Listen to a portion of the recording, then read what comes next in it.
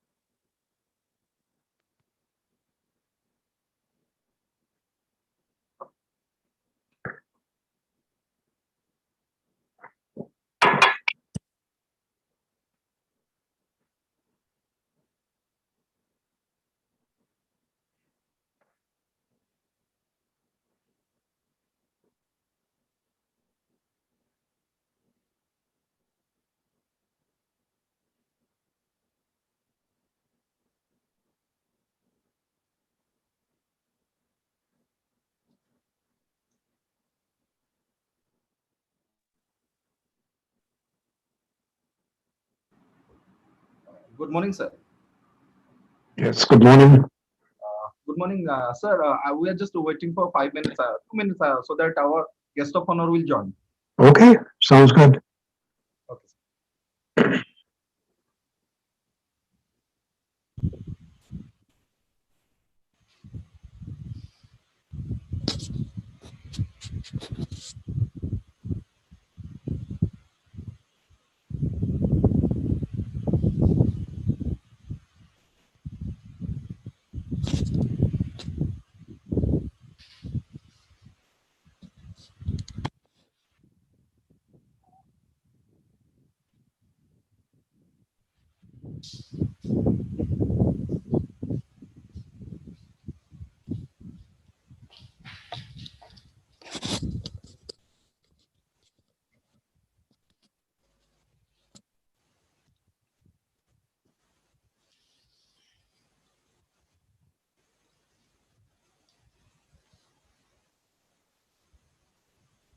Hello, Vandana madam. Hello. Yes, sir. Yes, sir. Ma'am, shall we start now or we'll wait for some time for Ramjee sir? Sir is joining within 5 minutes. Okay, okay. Yeah.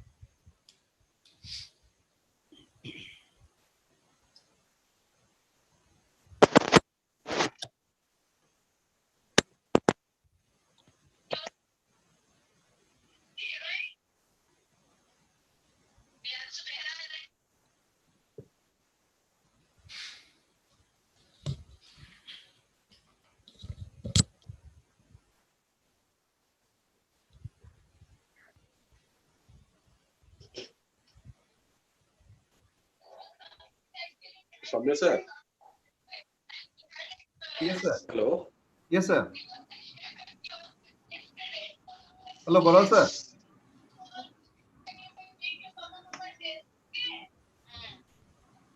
Hello. Hello, sir. Am I audible? Yes, you are. Okay, so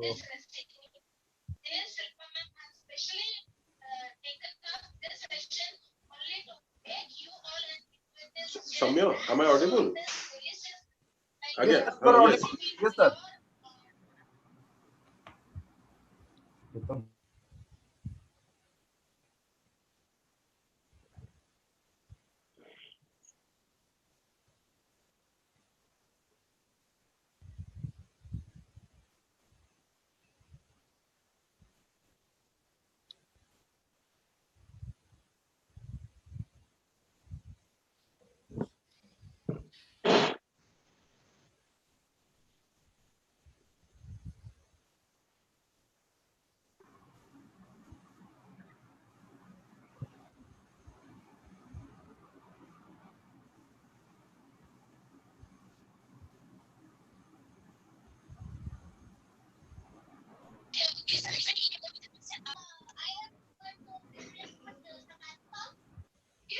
Soumya sir. Oh, sir, Kundu. Sir, Kundu. Am I audible clearly? Yes, yes. Sir, but Okay. the noise So, is coming from, background noise is coming from your side. okay, let me see. Okay, just a minute.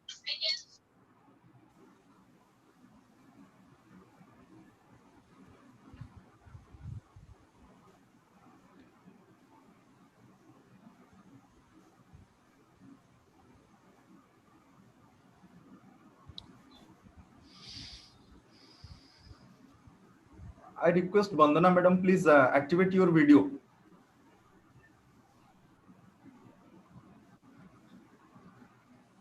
Yes, yes, Soumya.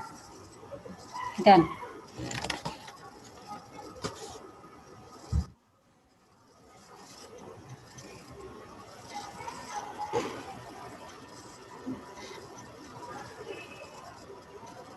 Good morning, Talukdar sir. Good morning. Good Yeah. morning. Sir is joining within 5 minutes, so Okay, let's no wait. problem. Yeah. No problem. Our director, Saroj sir, is also there. Yeah, And, yeah, Saroj sir, good morning. Good morning. and our Dean Research, Professor Dr. Joyce Das is also there. Yeah, yeah, we talked prior to Oh, okay, okay. meeting starts. Yes. Nice to see you all again after a lot of time. Good to see you too. Yeah. I think before 2 years, I was there in Bhubaneswar for that lecture. Yes, correct. Yeah. I do remember. After that, because of this pandemic situation and lockdowns, uh, we cannot move. Right. Yeah, very difficult situation. How is situation at your end? Yeah, it's not very good. Yeah, same here in Pune. It's very Yes. difficult. This time it is more stressful to all. Yeah, and now it is third wave is affecting children. So there is a lot of risk to them, and that's why more tension. Right. Please take care and stay safe. Yes, you too. Yeah, thank you. Jayashree ma'am, good morning. Morning, madam. How are you? I am in Cuttack actually, Ah, okay. at home in Cuttack. Okay. It is around 20 kilometers from our institute. Okay, good. So, are you safe there in Pune? Yeah, How's the yeah. situation? Actually, yes, we are taking care, and now since last 1 month, it is work from home, so everything is online. But because of administrative posts, sometimes you need to You have to visit visit. Yes, institute. Yeah, yes, yes. but still, it's okay. The situation is not so good. In our surrounding buildings, there are a lot of patients, and our college institute hostel is converted into a COVID care center. Oh, oh, okay. Ma'am, Ramjee sir has joined. Yeah, okay. Let's start then. Yeah, good morning, sir.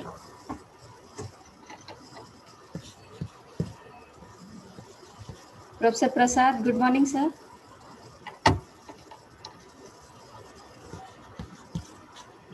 Just 1 minute, I think his microphone must be muted. Yeah.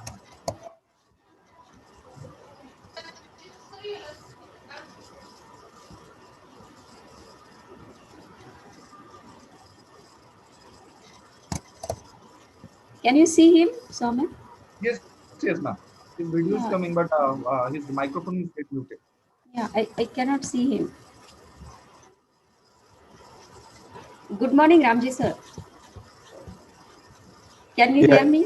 No, he's muted. Yeah, Uh, yeah, yeah. yeah. Please ask him to unmute. Yeah, please, sir, unmute yourself. We cannot hear you. Can you hear me now? Yeah. Yes, sir, we can. Okay, Very very good good morning. morning to everybody. Good Good morning, sir. morning, sir. Should we start now? Yes, yes. Yeah, Please let's. start. Yes, please, please. Annapurna ma'am, Yes, ma'am. please Good start. morning, sir. Okay, Yeah. ma'am. Respected dignitaries, invited speakers, participants, and my dear colleagues, a very good morning to one and all present over here. I, Annapurna Mishra, Assistant Professor, Department of Electronics and Communication Engineering, Silicon Institute of Technology, Bhubaneswar, welcome you all to the 5-day faculty development program on the topic IoT in 5G technology, sponsored by AICTE Autel Academy. Now, moving forward, let us begin with a wonderful quote by Mr. Edward Oliver. The Internet of Things is not a concept, it's a network, the true technology-enabled network of all networks. So, to validate this concept and to know the IoT-enabled network and its application, we have planned and organized this faculty development program. Dear participants, the whole world is suffering from the trying times of COVID-19 pandemic. And during this, it is networking which made us possible to conduct this program on virtual platform. During this 5-day FDP, eminent speakers and experts from different corners of the world will share their knowledge and experience in the field of IoT in 5G technology to encourage our participants to explore the upcoming technological changes. Let us start the inaugural event. I take the privilege to introduce you our director, Dr. Sarojkant Mishra. Just a minute.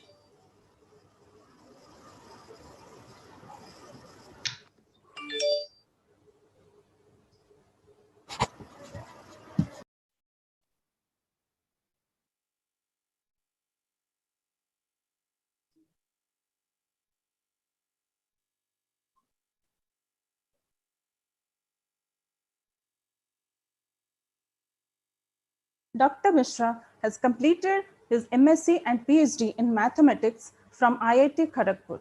He was a faculty member in Northeastern Regional Institute of Science and Technology, NERIST, for 10 years before joining Silicon in 2002. His research interest is in the area of projective geometry. He has guided many PhD students. He had successfully handled many different administrative responsibilities at Silicon. Currently, he is working as the Dean Administration and Student Affairs and also the Director in charge. I would like to request Sir to deliver the welcome address. Sir, please. Thank you, Annapurna. Good morning to all. Professor Ramjee Prasad, Dr. Vandana, Jaydeep, Jayashree Madam, the HOD of IC department, other faculty members, dignitaries, and participants. Yeah, this is a pleasure to invite all you to this 5 days program on IoT in 5G technology, which is AICD sponsored program under ATAL, that is AICT Training and Learning. Yeah, we got a very short notice to start the program, but our department has done a very good job by coordinating the things, talking to the resource persons and participants, and starting this program today. We have one problem which just recently started, like the cyclone. And for this, there may be some difficulty on Wednesday afternoon or Thursday because of power failure or connectivity. But fortunately, all our resource persons are in places where the cyclone has no effect. But many of our participants may face this difficulty. So I request the organizations to see that they record everything. In case some participants are not able to join any program, they can provide the recording. And to ensure this recording of each session, I also advise them to use the institute infrastructure, hopefully the server room, near the server room, so that you will have uninterrupted power supply, even if there is a long power failure due to heavy rain or wind. Yeah, coming to this program, this is a very appropriate topic, like IoT in 5G technology. When this communication technology is improving from 2G, 3G, 4G, 5G, the IoT also developing the same way, because the IoT and this 2G, 3G, 4G, 5G, they have a very interesting connection. Yeah, when this communication technology is improving, lot of opportunities are there for applying it to Internet of Things and getting things done. I hope that this program will help all the participants to know more about the things. They will learn about the frontier of technology, and those who are actually planning to do applications in this area or research in this area, they will get a lot of benefit from this. So I thank all the resource persons, participants, and organizations for having this program, and thank you all.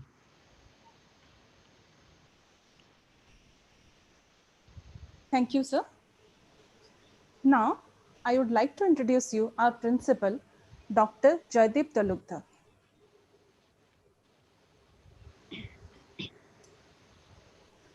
Dr. Talukdar has completed his MS and PhD degrees from the University of New Hampshire, Durham, USA in the year 1986 and 1993 respectively.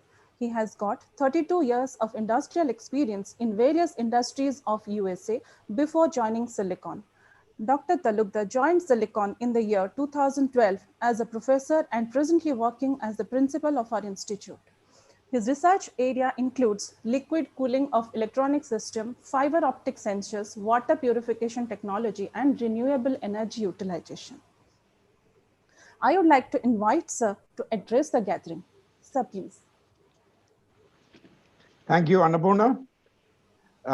Can you hear me clearly? Yes, sir. Okay, good morning, everyone. I welcome our respected guests, our faculty members and students, and all those who have joined into this inaugural event of the 5-day FDP sponsored by Atal on IoT and 5G technology. During these difficult times, it's commendable that we have gathered together via this online platform to make this event happen. And I thank the organizing committee for their untiring efforts.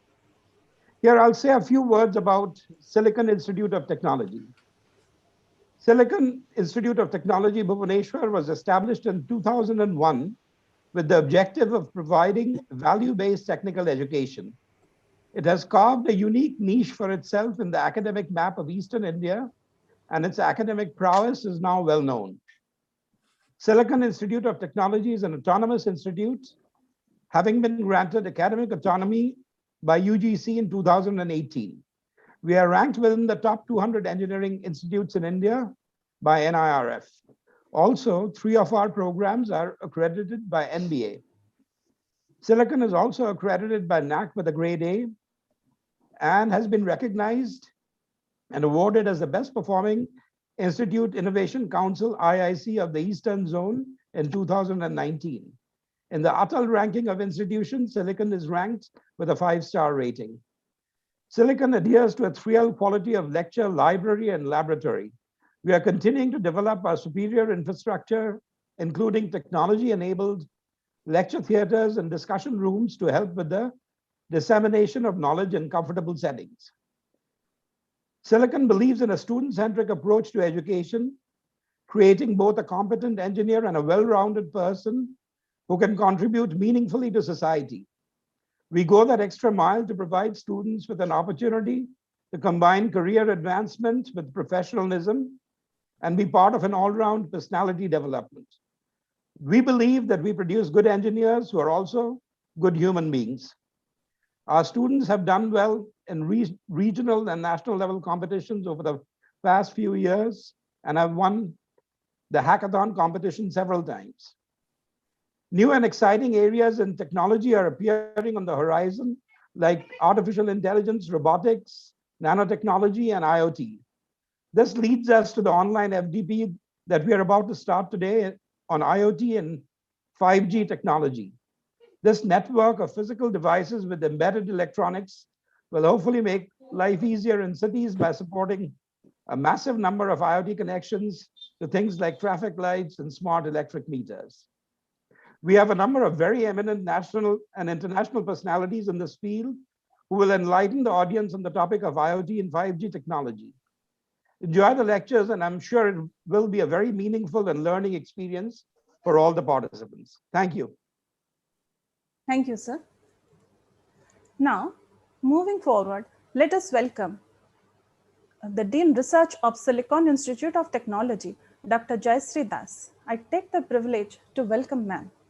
Dr. Das has completed her PhD and postdoc degrees from Utkal University, India, and from University of South Africa, UNISA, South Africa, respectively. She has got 33 years of teaching experience in engineering physics, applied physics, modern physics, material science, semiconductor devices, electrical engineering materials, electronic device, etc., and 18 years of research experience in the field of DMS, BFO, high TC semiconductors, and nanomaterials. Dr. Das is presently working as the professor and Dean Research of our institute.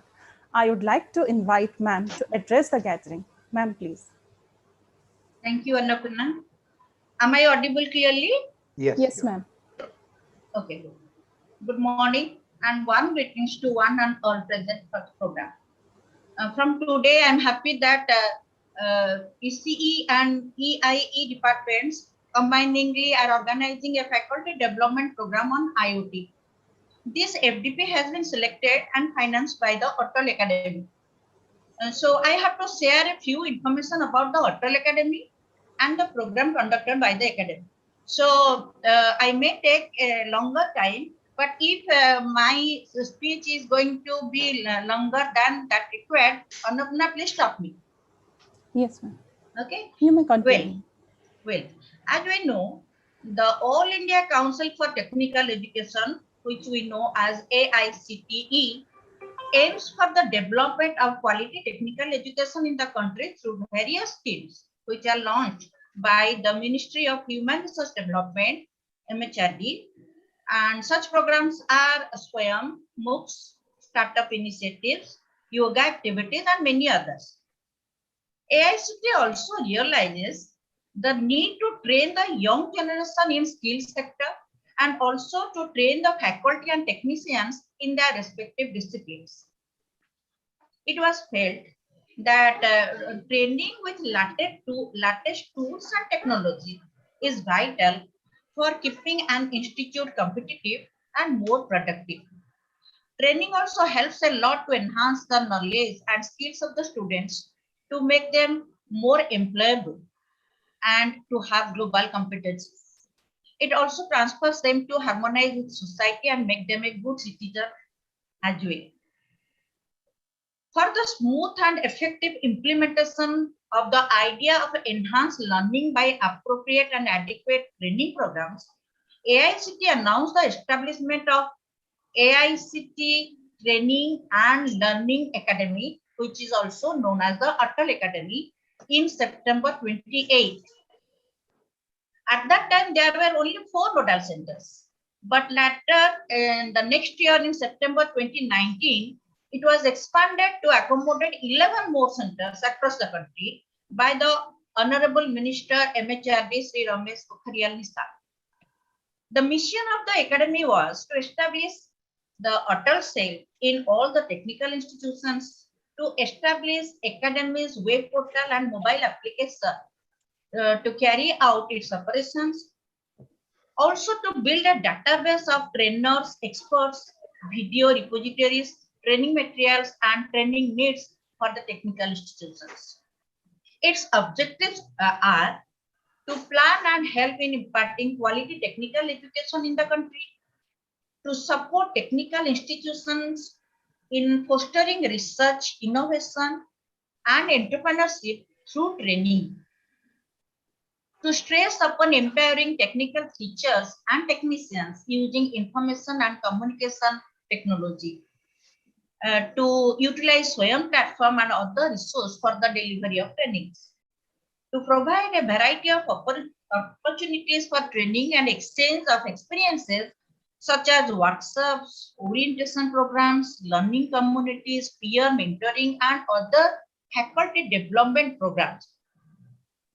The academy has focused on 9 thrust areas, as has been highlighted in the brochure also. Those are artificial intelligence, Internet of Things, blockchain, robotics, quantum computing, data sciences, cyber security, 3D printing and design, and augmented reality or virtual reality. In this venture, the Otter Academies conducted a series of training programs in various emerging areas across the country in the last 2 years. In 2019 and 20, they had conducted 185 such programs. As per record shown in their website, 1,174 FDPs have been planned for the financial year 2020 and 21 across the country in various thrust areas and emerging areas in the disciplines like engineering, management, arts and craft, and design and media. Looking at the prevailing COVID scenario in the country and the unpredictable, unforeseen situations arising continuously due to the pandemic, Atal Academy has decided to conduct online FTPs. Until now, I saw in the list there were 971 FTPs between May to December 2021. And registration is the process for FTPs for 21-22 is also open. Our institute has got the approval to conduct 2 FTPs, one in May 2021, which is this one, and another in June 2021, both in the field of IoT. Today's program is based on IoT in 5G technology, and the one which is planned for the next month is on Introduction to IoT and Industry 4.0. Friends, the entire world is struggling to fight against the pandemic and bring back the normalcy in our into our life, which we were just talking about a few minutes ago with Dr. Vandana. While people are experiencing many adverse effects of the pandemic in all the sectors of life, financially, physically, and mentally also, we must also admit the pandemic has shattered the education field a lot. Many of the dire consequences of COVID-19, like many of the relatives are succumbed to the pandemic, the lockdowns, the shutdowns, all have limited the progress in educating ourselves and the students in the physical mode at the institute level. The adverse effects are clearly seen and felt by all the academicians across the world. To compensate, most of the teaching learning activities have moved to the virtual platform, so that in spite of all the obstacles, teaching and learning process at least should not be stopped or hampered. Now the pace have slowed down a lot. We, the teachers, are trying our best to educate and train ourselves by conducting and attending various workshops, FDPs, by adopting the virtual platform, so that we can also deliver uninterrupted teaching and learning to our students, to our children effectively in the online mode. I thank the organizing teams for their noble effort and hard work to materialize such a program and congratulate them to back the opportunity to conduct the activities with financial support from Hotel Academy. I am sure with eminent speakers, trainers across the world in the field of IoT, this FTV can achieve the success and it can achieve its goal also. I wish the best to all who are involved in this program. At the same time, I would urge all our faculties to visit the Hotel website and register for more such useful FTPs. From time to time, when I receive such messages from AICT, emails from AICT, I used to circulate to all our faculties. So all the faculty members should come forward and plan for such useful FTPs in future to benefit other faculties, and subsequently we can train the students also. We can learn to train the students also. Now I think my time is up. And now the HODs and the convener of the program, they will highlight, they will pinpoint the topics that has been chosen for the FTP, and they will throw some light on the topics. Thank you. Thank you, ma'am, for your encouraging words. Now, I would like to introduce you the Head of the Department, Electronics and Communication Engineering, Dr. Biswajit Baral.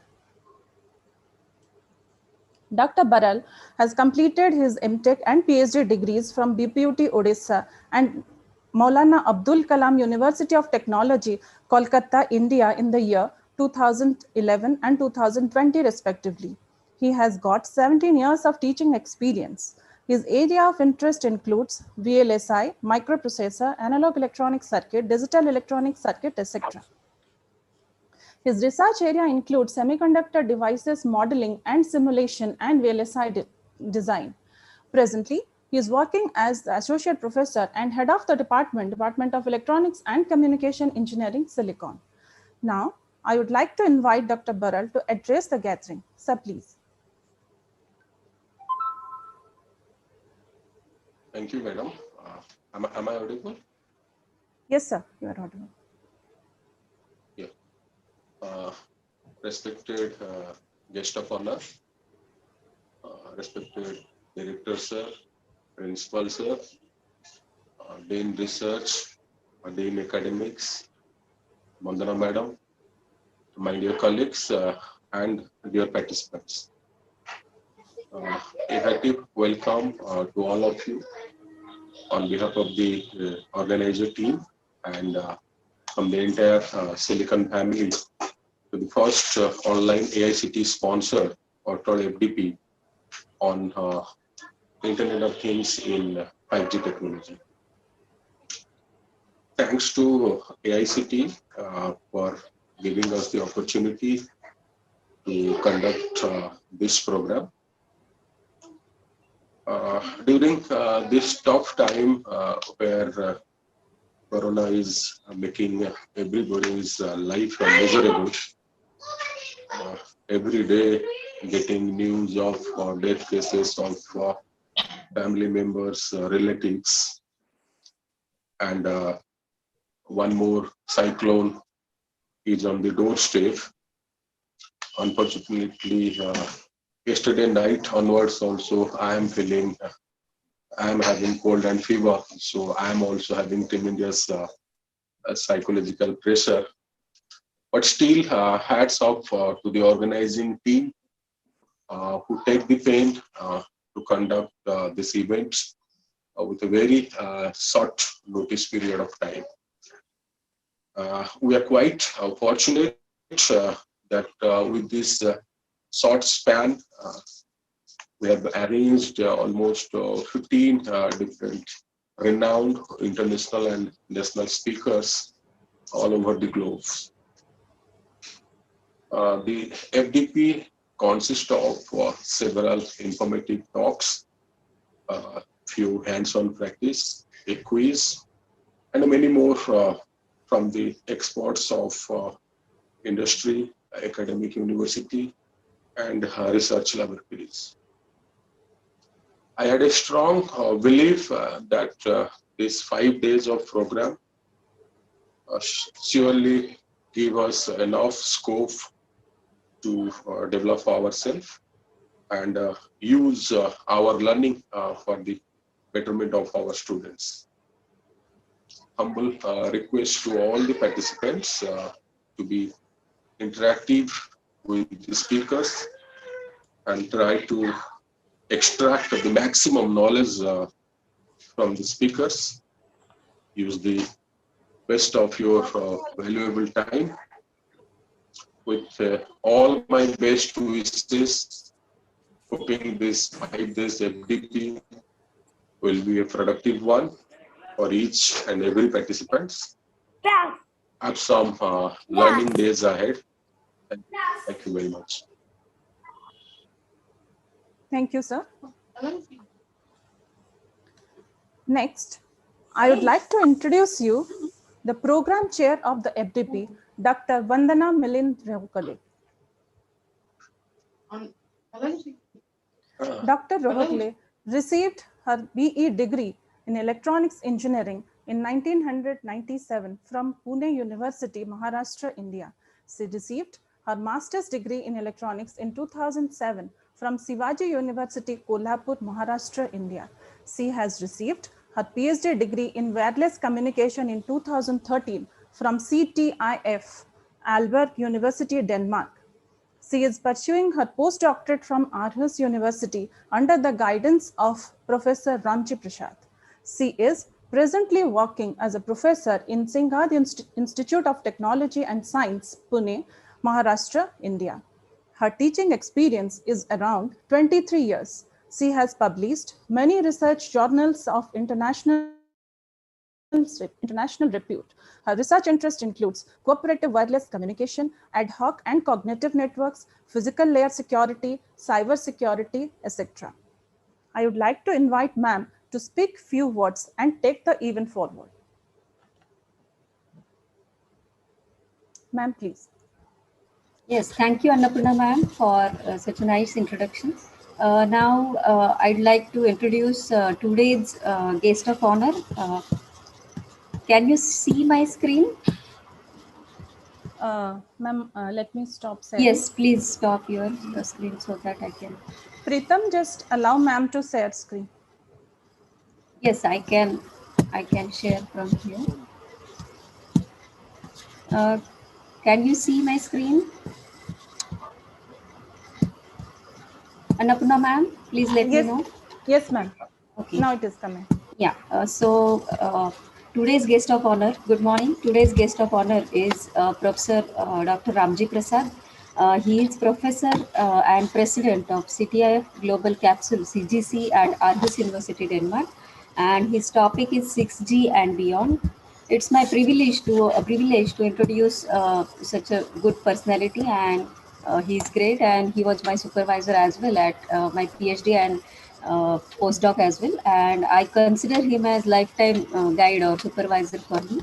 Dr. Ramjee Prasad is a professor of future technologies for business ecosystem innovation, FT4BI, in the Department of Business Development and Technology, Aarhus University, Denmark.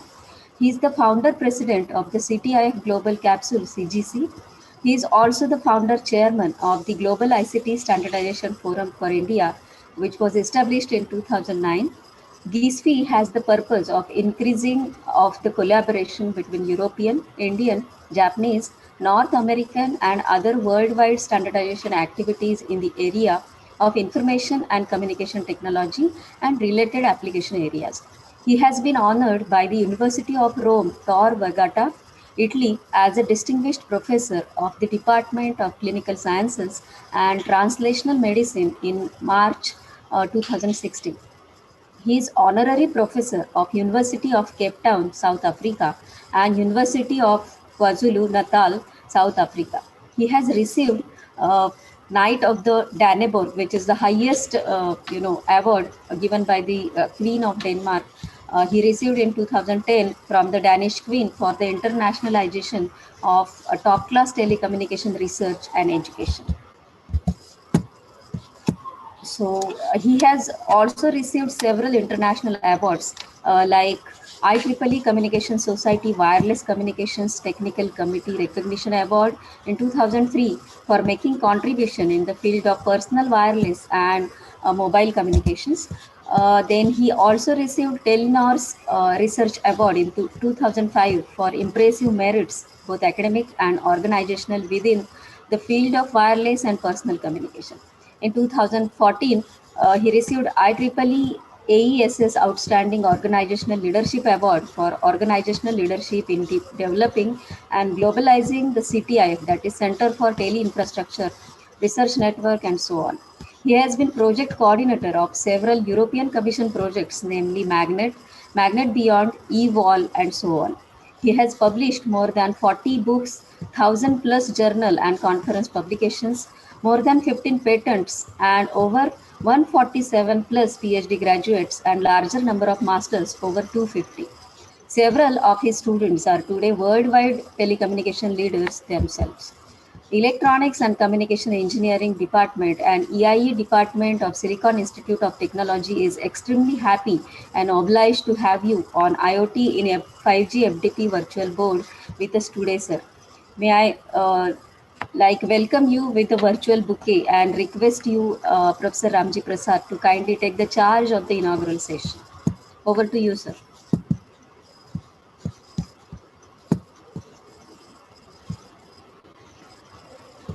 Professor Prasad.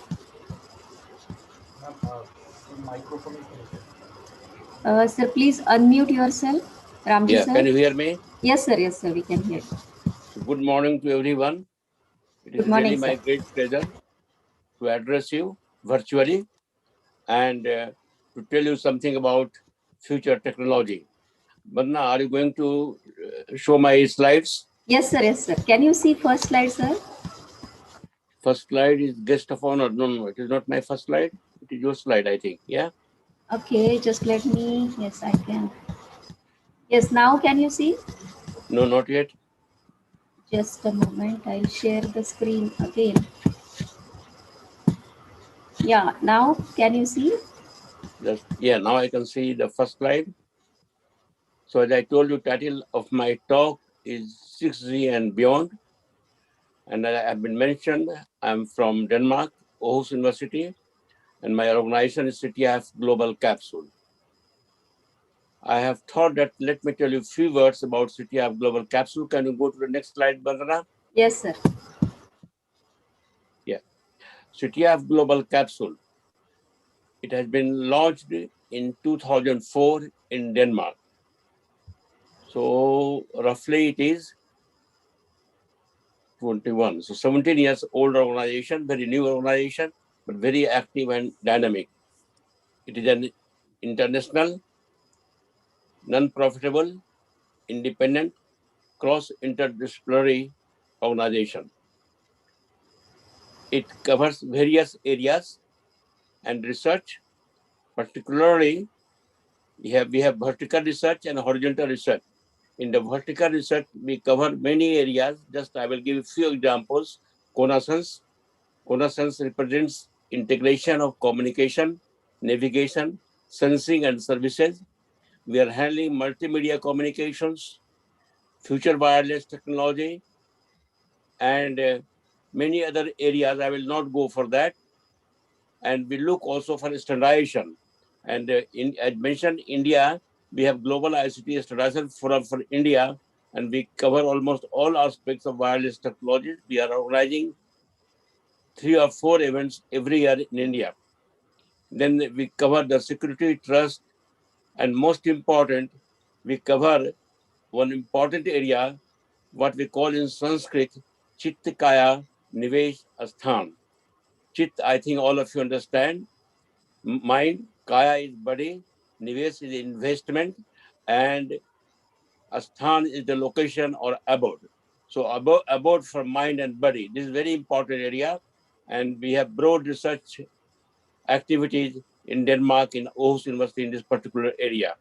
So this is briefly about City of Global Capsule. Can you move to the next slide, Vandana? Yes, sir. In City of Global Capsule has many divisions. I told you, the global organization, very independent, non-profitable, and it has the divisions all over the world, including in India. India, we have in Maharashtra, we have in Jharkhand, we have in South India and many other places. So hope one day we have our organization division also in your institute. Now, in Denmark, Aarhus University hosts the City of Global Capsule, and it has also its own division. And there we have various laboratories. We have the laboratory for 6G and Knowledge Home. And Knowledge Home, I will tell you briefly during my presentation. We have a laboratory for human health aspects. We have laboratory for business development and multiple business aspects. These are the various laboratories we have. And we have started the laboratory activity in many parts of the world, including in India also. Let's go ahead further. Yeah, about the presentation.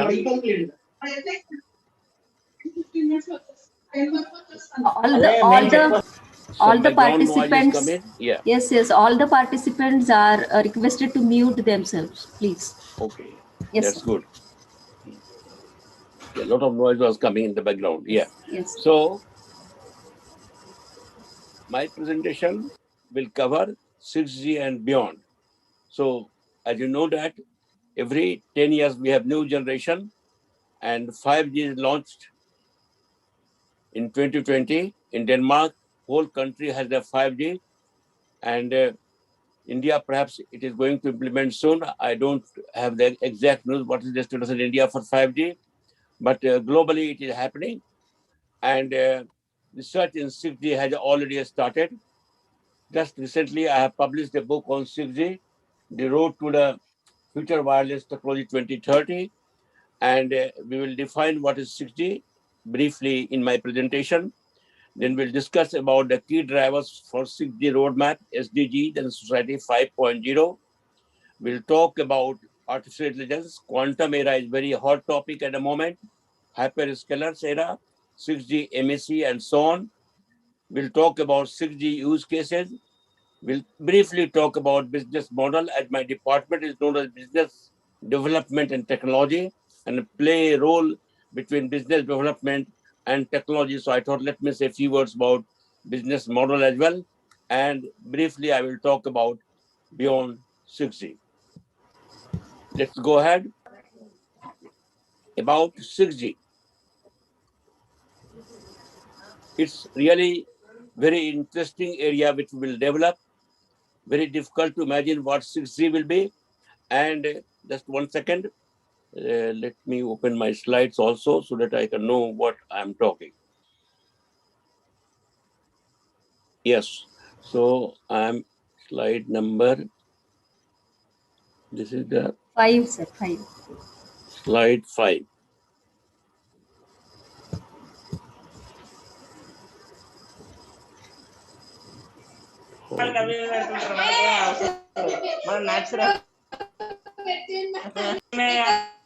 Yeah. We are talking about the 6G, and 6G is the concept of next generation of mobile communications that will be implemented in 2030. So about 9 years time, a lot of research has to be done and a lot of implementation has to be done during this period. And I hope India can participate actively. If I remember correctly, India's status in 1G, India didn't play any role. 2G, they tried to understand. 3G a bit participated. 4G a bit more. 5G a little bit better. But hope 6G India plays a leading role in the world and India becomes the leader of the 6G. So this is my personal interest that institutions like Silicon and other institutions take the leadership in the research of 6G. As the process to discuss the standardization of future wireless communication that has begun just now, it is now easier to describe 6G by its future attributes. So the attributes which I have considered in my presentation is human-centric. So human-centric will be very important parameters. It will be very super fast in the terabit per second. It will be decentralized network. Blockchain will play a very important role. Intelligent network, artificial intelligence, and quantum machine learning. Green network will also be the key aspects for the technology development. 6G will attribute and based on concept of human-centric network, super fast, decentralized, intelligent, and cognitive, omnipresent, green, and ready to enable a new services. That's the important aspect which we have to consider. You can see I have shown in my slide 1, 2, 3, 4, 5 different topics that I mentioned. So this is briefly telling you what 6G is all about. Let's go for next slide. Then in this part, I will tell you briefly what are the contributions, attributions for the 6G. So hyperconnectivity will be there, what we call Internet of Beings. So Internet of Things, Internet of Beings, that is what will be discovered during this research. We'll have intelligent aspects, will go for greener, smart energy, and omnipresent, and that I have written in Sanskrit, Sarvabhyapi. So people were asking from many people that what is the meaning of omnipresent in our own language? And that's why I mentioned in my slide, Sarvabhyapi. And this is the word I think I'm sure everybody understands in India. Beyond terahertz spectrum, that is what we'll cover. Last but not least, we'll touch also important point, what we call as hyper-connected society. That's a very key important point which we will cover. So touching the point omnipresent, 6G must be ubiquitous network, present everywhere with 100% availability, 24 hours, 365 days non-stop. That is what we are looking forward. Not just on the ground, that's a very important aspect. It is not just ground, but moreover underwater and outer space. It will play a very important role for space communication also. To bring this omnipresence, a heterogeneous network must be planned. It is not just based on cell size. Very important point to note that we had 1G, 2G, 3G cell size played very important role, but it will not play so important role in the case of 6G, but also on connectivity with satellite communication, especially the new generation of constellation satellites. This will support numerous use cases from space exploration to monitoring environmental threats to the planet Earth. That's the very key issue which we have to understand for it.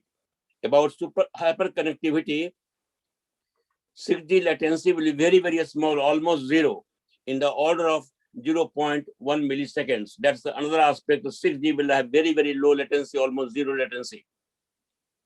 Super ultra low latency, what we call. A huge advancement by comparison with the 5G new radio release. It will support ultra-massive machine type of communication. 6G will inaugurate the era of Internet of Beings, in which everything and everybody can be connected. In other words, millions of devices will be will be connected per square meter overpassing the current 5G model. Am I speaking too fast? Can everybody understand me? Yes, sir. No problem. No problem, because I'm a very fast speaker. No, sir. It's appropriate. No problem. Everybody is understanding me. Very good. So, about the intelligent aspects, the next generation of artificial intelligence will power 6G intelligent network, as mentioned before, along with supercomputing power that will bring together quantum computing, machine learning at the edge of the network.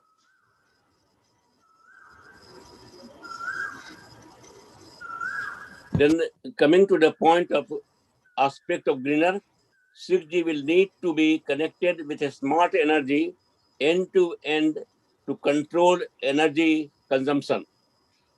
The technology will be embedded in ultra-massive MIMO antennas and at the network's core for the network function virtualization. That's very important point. And so I touched all the 4 points what I have shown in the slides: omnipresence, sarvavyapi, hyperconnectivity, Internet of Beings, intelligent aspects, and greener aspect. Let's move to the next slide. So key drivers for 6G roadmap. What are the key drivers we have? I have mentioned here beyond industry 4.0, connaissance, smart cities, SDG 2030, and society 5.0. SDG represents societal development goals. It was defined by ITU, and about connaissance particularly, let me say a few words about connaissance. Connaissance full form is integration of communication, navigation, sensing, and services.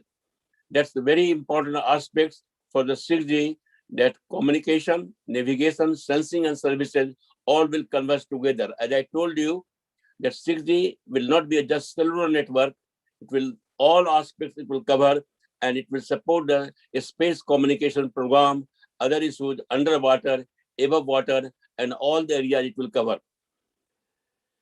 Then a smart city, as you know, that's a very important concept we are developing, that 6G will support it. 6G will initiate the concept of society 5.0, a novel framework created by the Japanese Cabinet Office of Science to shift the way technology is used nowadays, to focus on people's needs first. That's very important that we should consider the people need. And that is what 6G will look into it, especially about the humanity and about life expectancy. 6G will create the technology by which life expectancy may increase, go up to 120 years life expectancy. That is what 6G will create also for humanity. The framework focus on human-centric technology. Society 5.0 is embedded in this policy, the necessity of using technology to converge the cyber bird and the physical remain addressing societal challenge, intervene to achieve economic improvements beyond 2030. When I was mentioning that it will increase the life expectancy, in many terms it will happen. For example, it talk about human-centric technology and other aspects. Finally, on this slide, let me say, models like the Internet of Things, Industrial Internet of Things, Internet of Nano Things will converge to the Internet of Beings. All what we are talking about, Internet of Things, Industrial Things, Nano Things, and so on, it will converge to Internet of Beings to offer complete assistance to the human beings in all sectors from smart cities to space exploration, to name just a few areas to be transformed by 6G. Therefore, technological investments in ultra-massive MIMO, holographic radio, and quantum communication will be vital to architect 6G as a critical enabler of society advancement beyond 2030. Let's move to the next slide, please. The quantum era. The rise of the quantum era is very noticeable, and it is coming to stay and reshuffle the world of technology completely. To begin with, there is quantum computing, which is currently being under research and development scientifically, are now being written following the current scientific predictions. Probably by 2025, quantum computers will start operationally taking the stage. Quantum computers have the challenge now, which does not exist a quantum computer architecture as classical computers, but hyperscalers like Google, Microsoft, and IBM are the front runners of developing quantum computers. Google last week announced that plans to spend several $billion on building a quantum computer by 2029. So let us say in 8 years' time. For this, Google developed the new quantum AI campus in Silicon Valley. In a nutshell, quantum computers exceed classical computers' computing power. The fact lies in the ability of quantum computers to utilize quantum bits instead of bits to perform any calculation. I will not go into more details about this, but this is a very interesting area which we can cover. Of course, quantum communication applies quantum physics to create a new super scale channel of communication that cannot be tempered. European Commission is pouring money on collaborative research and development in this area to product quantum European internet. The new field of research will lead to the next generation of the internet. All these topics, what I'm talking today, are explained in my book. As I told you, I have published a book on 6G. Those who are interested, they can go into detail from my book. And particularly, I would like to encourage the students to dedicate themselves to a study about quantum technology. That is the future. Let's move to the next slide. Then about use cases converging virtual and physical world. Use of virtual reality, holographic type communications, and so on. That is the key aspect for 6G. And if you look at it, it will cover medical area, 20%, travel, 10%, education, about 20%, and other areas, about 50%. Entertainment also will be there, of course. So as 6G will cover the virtual world and the physical world, the holographic type of communication will take the world stage by 2030. These multimedia applications will be used in the medical industry, education, travel, and entertainment, including games, virtual meetings, and so on. Here is just a snapshot of my predictions for the distribution of these services. It represents other use cases like controlling unmanned space crafts, emergence reuse of utilizing digital twins and probes, and so on. So, got the idea of use cases. Let's move for the next slide. This slide particularly shows the other examples. Space travels. For instance, NASA is currently preparing to build 4G in the moon to operate a lunar base for future space travels to Mars. Based on that, 6G will play a big role helping the colonization of Mars. Medical side, it will go. Finally, remoting assistance surgeries will take off. Rural areas, it will have broad coverage, will be able to increase productivity, and the environment can be monitored to better protect the Earth ecosystem. smart cities we are talking about will be powered, and 6G will be able to deliver quality of life for citizens as based on Society 5.0 framework. Based on that, this month, United Nations released their new guidance for metropolitan areas to become smart cities. This new project is called United for Sustainable Smart Cities. That's also very interesting aspects. You can see it is a broad coverage we have for the applications. Let's go ahead further. As I mentioned to you very briefly, I will say about the business model, and I will not go into detail. Currently, at my institute, my students are researching about the 6G business model to support future wireless business strategies and telcos to better understand the capital expenditure, what we call CapEx, operational expenditure, what we call OpEx, and return over the investment ROI for 6G network.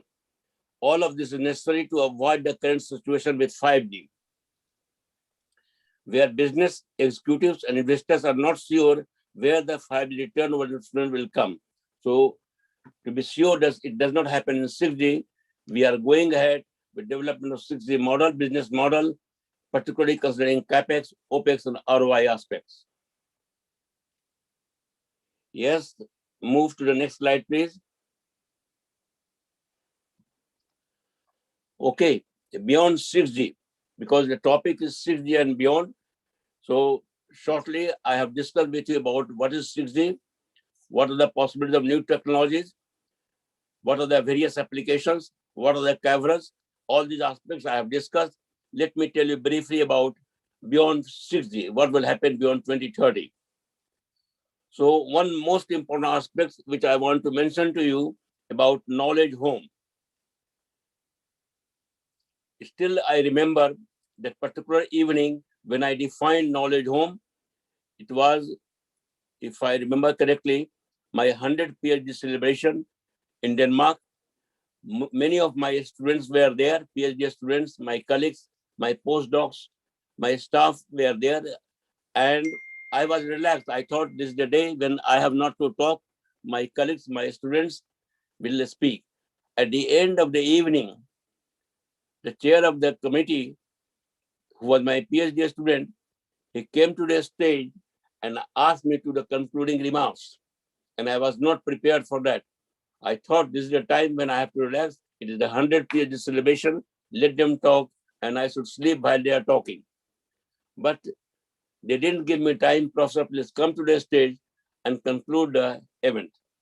I thought if I'm concluding something, I must do something very new and unique, which can last for a long time.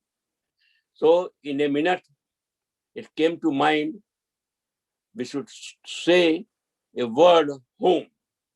And this home represents human bond communication beyond 2050. So H I took from human, O I took from bond, M I took from communications, and E I took from beyond. And I forecasted by 2020, we'll have human bond communication. And a home will not be owned by one person, it will be owned by every citizen of the globe. And then I added the adjective knowledge home. So this home will create the knowledge, and it will be transmitted, interlinked, interacted by each of us, and give the information to the world as a whole.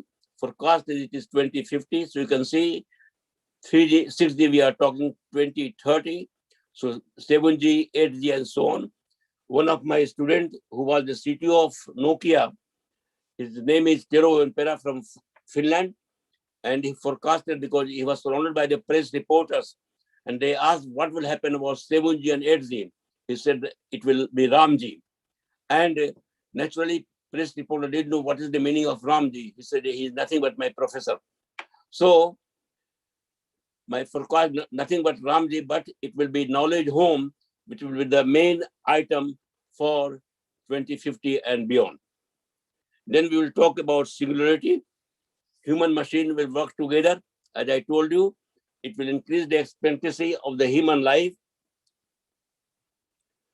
And particularly, what will happen that it will be controlled by personal area network, which means that human and machine will become to fusion to expand the humanity life expectancy. For instance, when someone lose a limb, they can plug a artificial limb arm that replace the original one and which can be controlled by a personal network utilizing neurotransmissions. This is a very important aspect which will be developed in the future. Humanity Plus is the currently research area focused on applying technology and science to improve human quality of life. Humanity Plus, also known as World Transhumanist Association, is an international non-profit membership organization that advocates the ethical use of technology such as artificial intelligence to expand human capacities. In other words, we want people to do better than well. This is the goal of transhumanism. All these topics we have covered in our book, in the new book which I mentioned. I think this is almost my last slide. Hope I am not late, but let us go to the one more or two more slides. Just I'm showing the slide of my book, 6G, The Road to the Future Wireless Technology. It is co-authored by one of my students, Paulo Sergio Rufino Henrique from France. So this is a very interesting book, one of the first book on 6G. I recommend to read and use for the students. Let's go. Oh, yeah, this is my last slide, I think, perhaps. Yeah, thank you very much. I hope you understood me because I was speaking too fast as usual. And I tell you just one story about my fast speaking. I was in the US giving a talk long before when 3G was going on, not 6G or 4G. So I was invited to give a talk on 3G in MIT. And first, they planned a room of about 40 people. Then they have to move a bigger room, 100 people. Then they have to move to the next room, 200 people. And I was addressing about 3G. Then suddenly it came to my mind that if everybody is understanding me, so, and my professor was also there with whom I did my PhD. And he mentioned that, Ramjee, you speak too fast, Americans will not understand you. So I asked the audience if everybody understands. They said yes. But I mentioned my professor said that nobody will understand you. Audience said, please ask your professor to go out of the room because we all understand professor. He is the only one who does not understand you. Then another joke I tell you, my wife always said, even if I talk sometimes in Hindi, she said, you speak too fast. Even Hindi I cannot understand from you. How the audience will understand you? So these are the two jokes I want to tell you at the end with my professor, with my wife. And with that, I conclude my talk. Wishing you all the best. You enjoy the event. Lot of learning will be there. I can see the list of speakers. So you will know many new things. Wish you all the best and good luck. Thank you very much. Thank you very much, sir. As usual, it was a wonderful talk. So let me stop sharing my screen. Annapurna ma'am, over to you. Yes, ma'am. Virtual machines. So,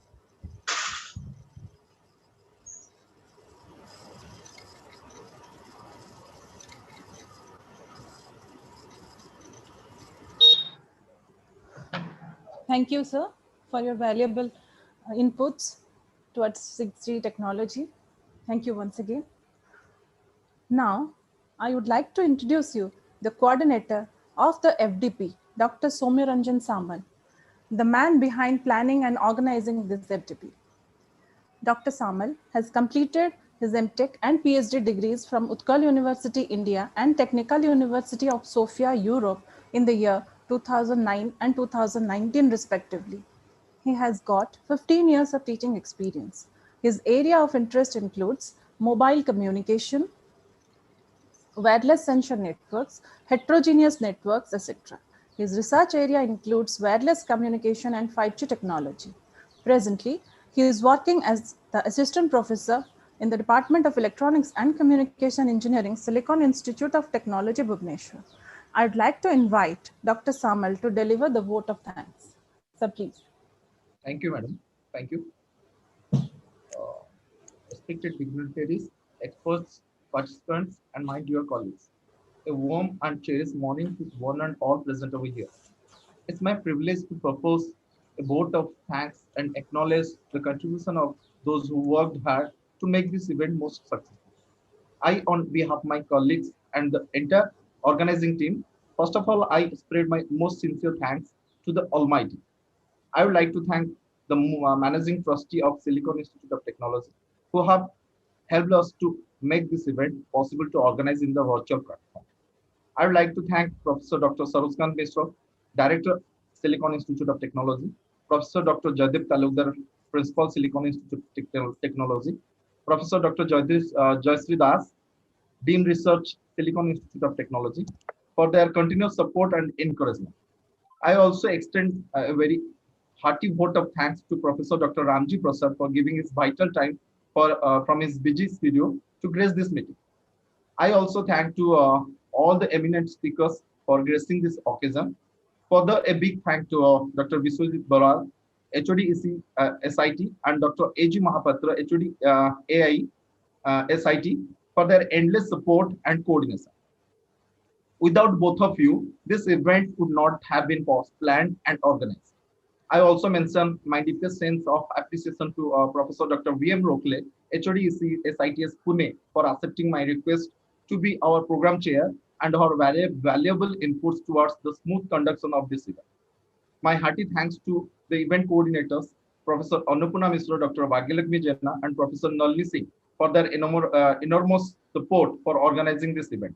Once again, a big thank to Dr. Sudhanshu Pati, Mr. Amiya Hussain Sahu, Mr. Amulya Raul, Dr. Viranchi Narayan Ratha, Mr. Nihar Panda, Mr. Satish Das, Dr. Sudhanshu Mohan Biswal, Mr. Susan Patnaik, and Mr. Utpal Das. I also extend my thanks to all the faculty members and supporting staffs of our department for their cooperation.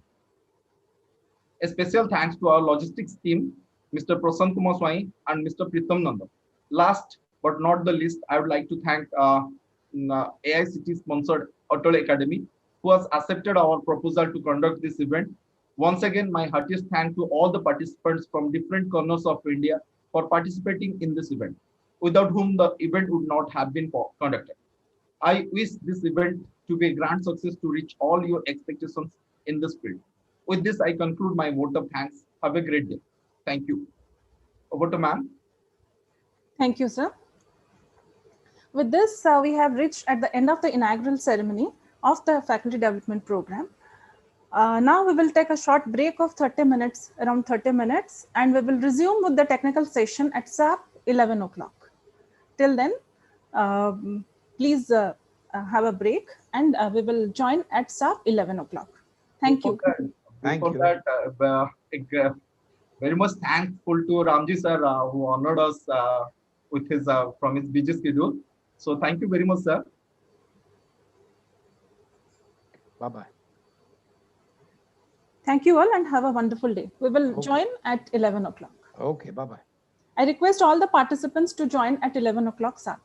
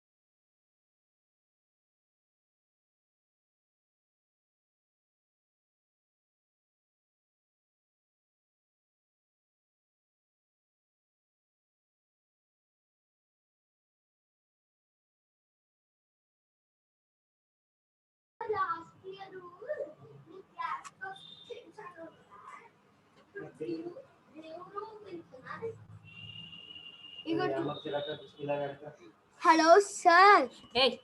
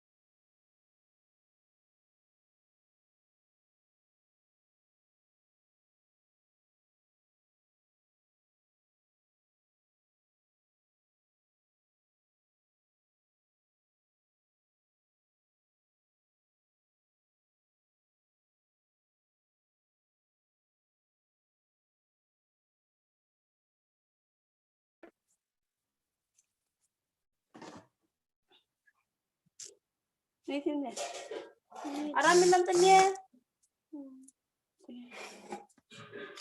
Aram kita. Black bear. Aram.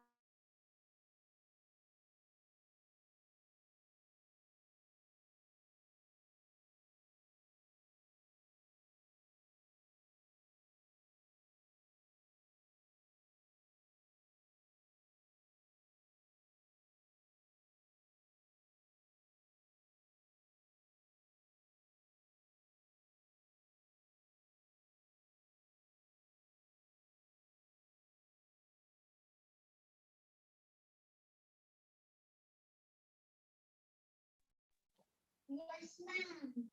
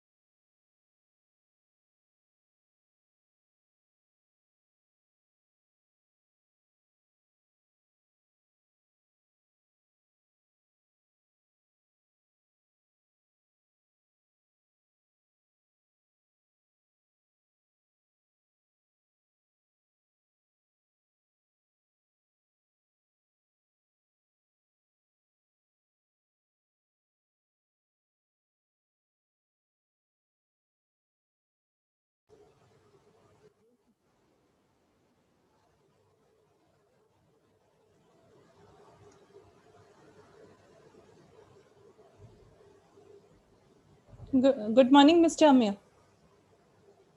Can you hear me? Good morning. I can hear you. Yes, we will be starting after 5 minutes, I think. Sure. Let others join.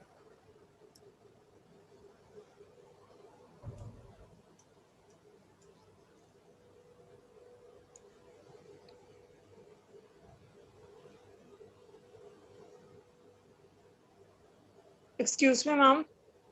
Yes. Ma'am, how to mark attendance of first session? Ma'am, actually in Zoom, whoever is logging in, we are getting their response. Like we can take their attendance from their login ID only. Okay, ma'am. Thank you. Directly we can get it. So, ma'am, all are requested to please log in Zoom with the name, whatever they have registered in the auto web portal, right? So that we can extract their names easily.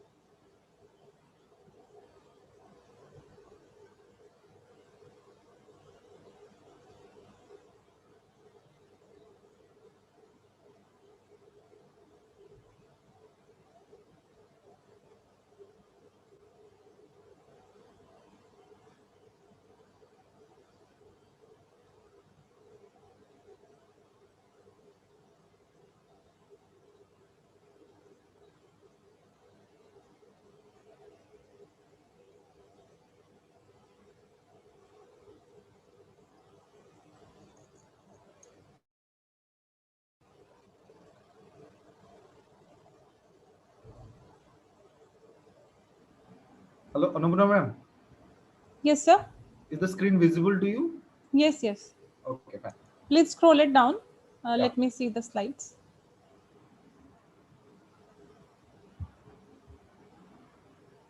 Next. No, not this one. There is a short bio of Mr. Amiya. You can go to the second one. One more slide already I have shared yesterday. Kindly go through that.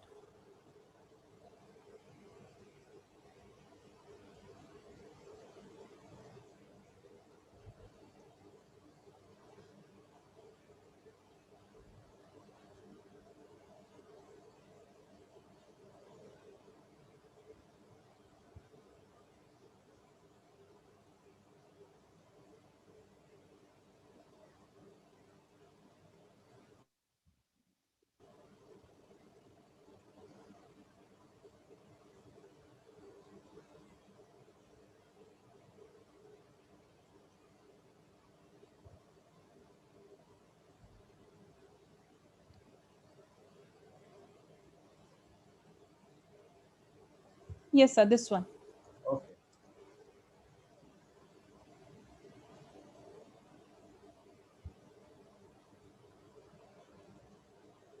So, sir, shall we start? Yes, we can start. Yes, ma'am.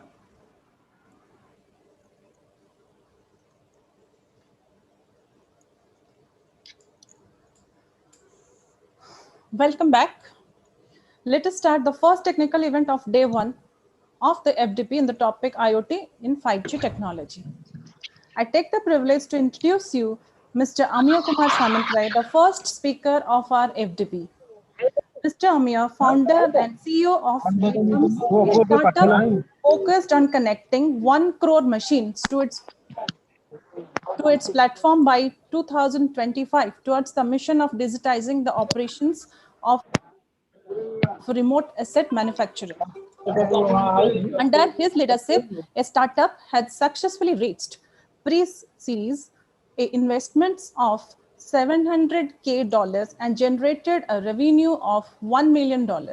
He is a recognized Royal Academy Fellow under the Leader in Innovation Fellowship program, UK, founded by UK Government Department of Business, Energy and Industrial Strategy for his innovation in the technology and its impact on society. He was awarded the title of Best Engineer in the area of green energy for engineering excellence by Nalco Limited. He was felicitated by the President and the Communication Minister of India in 2017 for winning a challenge by Intel Innovate for Digital India Challenge. Amiya holds a BTech in Electronics and Instrumentation from NIT Rohokale, and being a hustler envisions to create a mark as a global product company. I would like to invite Mr. Amir to deliver his talk on the topic 5G IoT solution for digital transformation of industries and smart cities. So please. Thank you, Annapurna ma'am. Thanks for the nice introduction. Am I audible to everyone? Yes, sir. So, give me the permission to share my screen. Pritam, please enable the permission. My screen is visible, right? Okay, sir.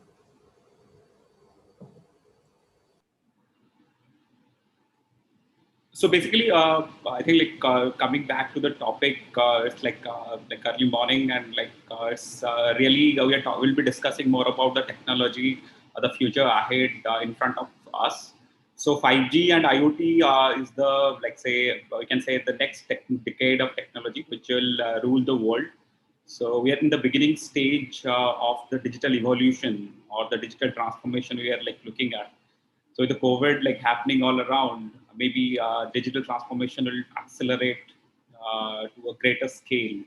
So basically the talk will be more on the use cases, the fundamental problems the industries are facing, and our hands-on experience on the use cases on the smart cities and industrial sites, what we have done, and what are the challenges usually faced in 2G or 3G or 4G technologies, and how 5G can revolutionize the implementation of IoT or implementation of digital transformation across the industry. So I'll talk about all those aspects, and then we'll also look at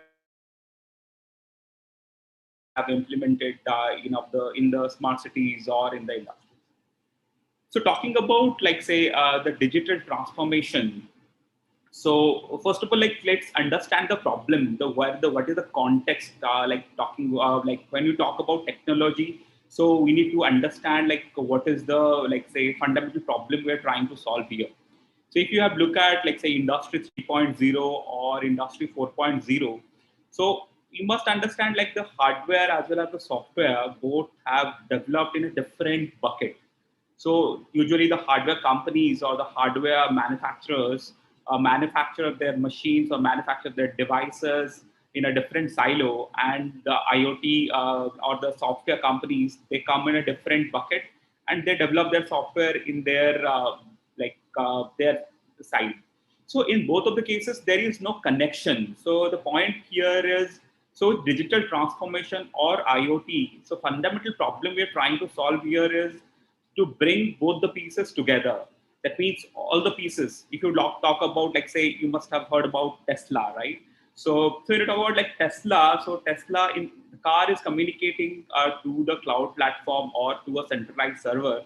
So the car is a connected car. It's not a usual car what we drive today, but so it's a connected car. That means all the information generated by the car, by the sensors, is going back to the software platform. Then there is a machine learning or AI algorithm which is runs on the data, and then you have say automated decision system which drives the car. Sometimes it accelerates, sometimes it brakes, so it avoids accidents. So there are a lot of use cases which is built combining the hardware and the software platform.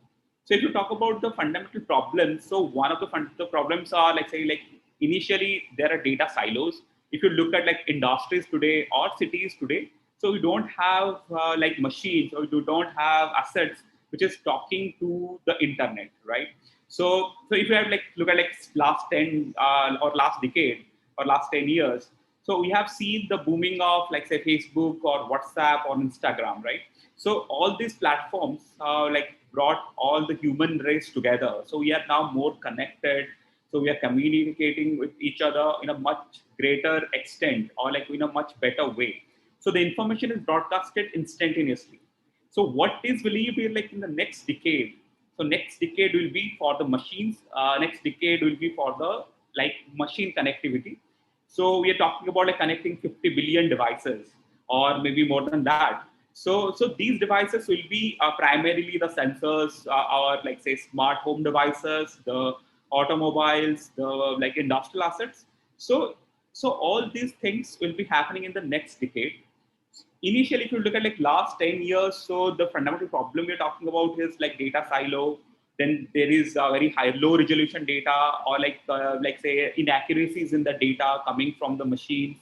Then there are like also in individually machines, the protocols are like very different. So each machine, if you talk about a temperature sensor, the protocol will be completely different from a car, or from a genset, or a compressor. So the protocols are completely different, which is kind of complex in terms of like say implementing an IoT solution for an industrial use case.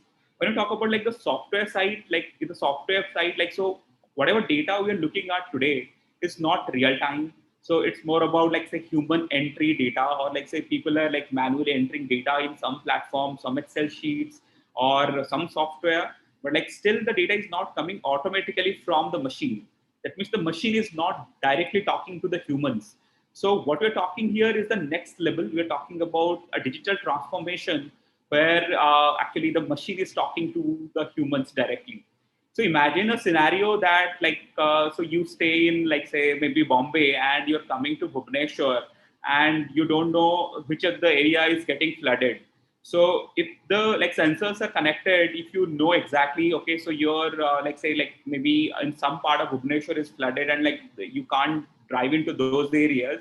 So those decisions can be communicated back to a hotel, or like so the platforms where the hotels are listed. So then you can take a like intuitive decision or a conscious decision that like you won't be traveling to a particular area. So this is the kind of connected world we will be looking at by 2025, or maybe by 2024, 2023. So the future looks like exciting for all of us because of like say, these kind of technologies we are having with us. So let me dive more into like the fundamental of an IoT solution, or the fundamental building blocks of an IoT solution. So one is the first part we need to look at is the sensor devices. So if you talk about like connecting a physical machine, so take an example of like say a building. So in a building, or like say maybe a home, so you can see like different assets. If you talk about like say a refrigerator, washing machine, or a TV, or maybe fans, or coolers. So all these machines are now not connected. So there could be two phased benefits. So one is so we need to either install sensors to gather data, or we need to maybe install smart plugs or smart switches, or maybe built-in sensors inside the device to capture the data using a gateway. So what is a gateway? So gateway is a device which is broadcasting the sensor information to a cloud platform. So usually we have Wi-Fi routers like available in most of our homes. So Wi-Fi router is a gateway. So if you're talking about like say a cooler which is coming built in with Wi-Fi, or you must have like seen the advertisement by Amitabh Bachchan like talking about Lloyd's, like Lloyd's AC or smart AC, right? So in Lloyd's AC, so someone is like using mobile app to connect the AC. So in that case, what is happening is there is a module, or there is a like say like Wi-Fi built-in capability provided inside the AC, and the AC is communicating to the gateway or the Wi-Fi router, which is acting as a gateway for the air conditioner. And then the information is broadcasted to a unified platform where the data is being processed, or the data is being integrated to a cloud platform, And then you have like say mobile app or a dashboard where you can see the data, or where you can actually download the data, you can control the machine, you can take different varieties of actions. So this is a fundamental architecture of any IoT application will be discussing in the further slides. So all, the fundamental part is the sensors, then the gateway, then there is a, like say, a cloud platform which is receiving all the data, and there is a, like say, like user layer which is talking about, it could be the maybe the people, it could be a machine, it could be through a mobile app, could be through a web app, could be an additional maybe additional machine also. Sometimes the data is communicated back to the machines to take control actions. So so before we dive into the digital world, we need to understand some terminologies which are very essential for us while we dive further into the digital like IoT or maybe 5G ecosystem. So there is a terminology people call is digital twin. So there is a lot of hype around digital twin, like say in research world or like in technology world. So what is the digital twin? So we have seen, like say, models, 3D models, right? So in the 3D models, what we see, so usually the designer, so look at like this is a motor, right? So this is a, like say, pump. So the pump, we design a 3D model using maybe SolidWorks or maybe some kind of like platform. So which is like say just a digital object. There is no connection between the physical object and the digital object. So if I'm designing a, like say, product, or I'm designing a machine using AutoCAD or maybe CATIA, maybe SolidWorks, maybe any kind of tools. So in that case, so these physical object, the pump and the design, which is like say developed in the, like say, in the platform and the software. So there is no connection between those two. So we are just, like say, as a human being, so we are observing the behavior of a machine, we are observing the properties of the machine, or and accordingly we are designing something in the like software. So that's a digital object. So that's the fundamental part, that is the digital model. So first is there are three different components. One is the model, one is the shadow, and there is a digital twin. So first part, like when you're talking about digital model, so there is no communication, there is no data flow. The data flow is happening through manual entry. So you need to define the metadata, you need to define the simulation parameters. So you might have done a lot of research around like say modeling, or maybe like say environmental simulation. So in all those cases, the data is fed to the like algorithm, or fed to the like machine or to the model in a manual format. Like that means like maybe in the MATLAB you are feeding on the data, maybe in some other software you're feeding in the data. So this is like a normal model. Then what is the difference between a shadow? So shadow and a model. So in shadow, so now, so once suppose I am designing a product, I'm designing the pump. So once I design a model, if I replicate all the parameters and design it as a physical object. Say suppose so I am designing a prototype using a SolidWorks. Then I come up with a 3D printed product, or I come up with a prototype of a physical object. So that is called a digital shadow, because I have implemented the information which is there in the digital object into a physical object. Or there is a communication happening between the physical object and the digital object, but there is no bidirectional communication happening. That means the simulation is not getting validated with the operating condition of the machine or operating condition of the like say physical object. So there is no bidirectional communication, but like there is one directional communication. That means so we are actually either we are designing the digital object and then bringing the physical object, or we are like creating a model where the data is coming from the physical object, but it is not going back to the physical object from the digital object. So that is called as digital shadow. Then in the third layer, we're talking about the digital twin, which is the exact replica of the machine or exact replica of the physical object. And whatever thing is happening in the physical object, that is reflected in the digital object. So suppose you are running a particular algorithm. Suppose you're talking about, like say, Facebook providing you different arts. So maybe many people have like watched the series in the Netflix, The Social Dilemma. or so in most of the cases, so we're talking about a virtual human being. That means Facebook is creating a virtual digital twin of us. Like say, so they are creating a virtual object or a virtual like replica of human beings, and accordingly they run models or they feed in data coming from different social media network, or our social Twitter handles, or our Facebook post, or video post, or our chats, or our comments. So all this data is being fed to the digital model, and the similar reflection, and they expect that we'll buy the ad, or we'll buy a video, or we'll watch the video. Similarly, in the, like say, in the IoT world, so the concept is very similar of a digital twin. That means you talk about, I was talking about the Tesla car. So that means all the Tesla car which is running on the road has a digital replica of their own in the virtual servers or in the cloud servers. So which is called as a digital twin. That means if the car is running at a certain rate or certain speed, and the sensors are providing certain kind of data, so that means the car which is running on the virtual platform also having the same information, and it is running the AI algorithm in the cloud, and then it is actually bringing that information back to the car, or like say providing additional information back to the car, which is communicating like to and fro between the physical object and the digital object. So this is the fundamental difference between the digital model, digital shadow, and a digital twin.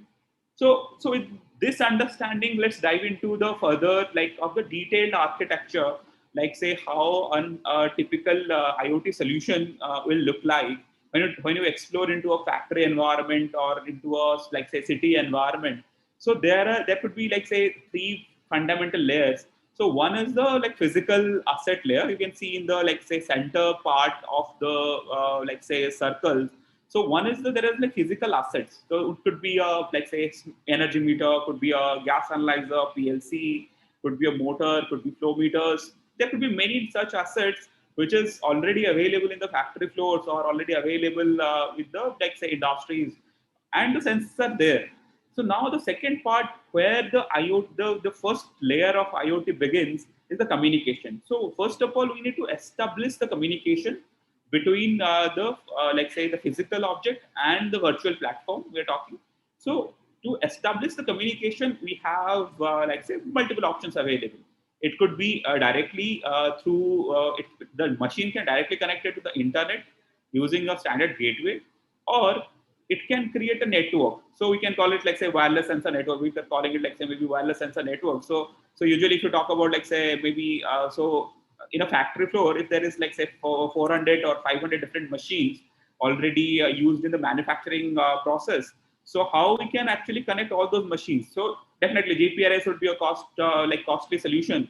So we will go with maybe a Bluetooth based solution, or could be a Wi-Fi based solution, could be LoRa based solution, which will create a wireless sensor network and connect to the cloud platform. So in that case, so once the data is communicated using these like say options, so it could be like say Bluetooth, Wi-Fi, or LoRa or Ethernet, or like say 4G LTE or 5G. So then we have the cloud platform where the additional analytics is happening. So the cloud platform is divided into three sections. I'll go in detail in the further slides. So broadly, it is classified into three parts. One is the device management, so which is talking about handling the gateways or handling the sensors, sensor devices particularly, for the like say for data acquisition. So the devices which is used for data acquisition of the machine, how you can manage those devices, or those like say the access of the devices or the data coming from the devices. So that is falls under like the device management. Then we have the application management section where we are talking about like say creating analytics or visualization, where you can see a dashboard, or you can see maybe a pictorial representation of the data, maybe the trends, charts, bar graphs, pie charts. So all these things comes under the application management. Then in third layer we're talking about is the business intelligence, or could be the customer management, where we're talking about like say how you can manage your customers, or like say how people like how the IoT platform will give you access to see the data from different varieties of customers. So these are the three fundamental layers of IoT platform. So going deeper into the, like say, technology architecture, so you can see, like say, I was talking about multiple protocols being used in the site to capture the data and the cloud server. So how exactly IoT architecture works? When you talk about, definitely the communication remains the same. It could be 4G or like so. So we need to leverage some kind of internet connectivity to connect the physical asset or a physical machine to the cloud platform. But broadly, so what are the complexity we're talking here? So definitely the architecture is too complex in terms of physical implementation. When you talk about like capturing data or acquisition of data, so this architecture I am demonstrating here is a comparatively simpler one. So because you can have network of devices in the end node, and then you can have a gateway.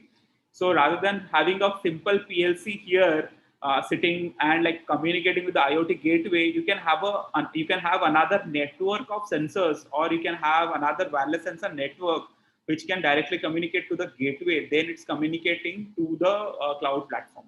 So here in the field there, we have like say different varieties of protocols. When you talk about like industrial applications, so usually in the academia, so we heard about like say protocols like say analog or digital, or sometimes maybe 4 to 20 milliamperes, and maybe sometimes we talk about like RS485, RS232.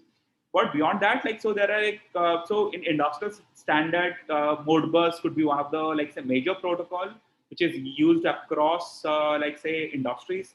There could be CAN, could be another protocol which is like well adopted across automobile industry, or maybe you can talk about like the like say machine industry. So then there is like say OPC is the open protocol communication, which is used in the SCADA or like DCS systems.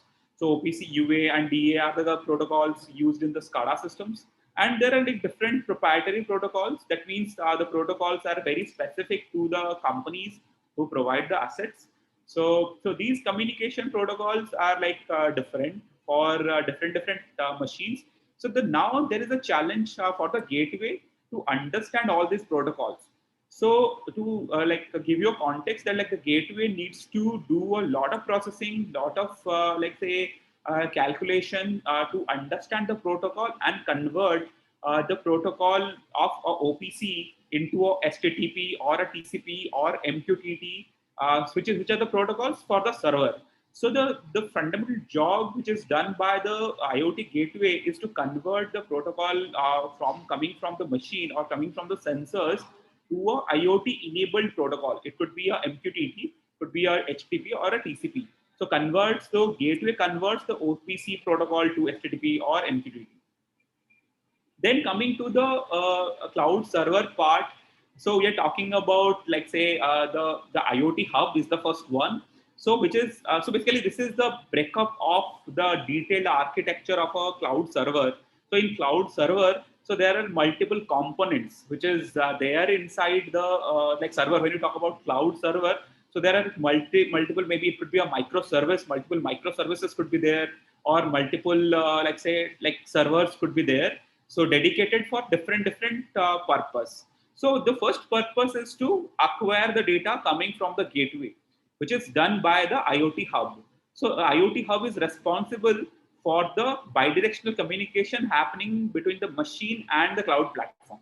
So once the data is received in the IoT hub, then it is going to an event stream. Usually people use maybe Kafka stream in the like say cloud platforms. So usually maybe some terminology I'm talking here might be very like unknown to you. So maybe you can write it down, write down the like technology names or terminologies. Maybe you can Google or maybe go through them in the latter point in time. So just like so broadly talking about the IoT hub. So IoT hub usually broadcast the information to the event stream. So the event stream usually a Kafka stream. So usually it directly, once the data is received, that it doesn't directly go to the database server. So there is a lot of pre-processing that happens over here, or in the event stream. There is a lot of like say, suppose you're talking using a machine learning algorithm. If it is a real-time algorithm, so the data is truly generated in the event stream only before it's going to the database. So then you have a rule engine. So rule engine is talking about defining a rule. That means, suppose I'm talking about a temperature sensor. Like say in my home, if I set an alert, like say if the temperature goes above 30 degree, if my room temperature goes above say 26 degree, switch on my AC and set the temperature to 22 degree. So that's the rule I can define in the rule engine. So suppose it's like say AC, the AC is used broadcasting some information using the protocol and the IoT gateway, and then coming to the IoT hub. Then so the data is processed in the rule engine by checking the algorithm. If the temperature is like so, usually it with each data point, the rule engine runs through the data and checks for like say validity of the condition, whether the temperature has reached 26 degree or not. So if once the temperature is reached 26 degree, it triggers an event to the event stream, then back to the IoT hub, and then it is going back to the AC where the instruction has come to set the temperature to 22 degree.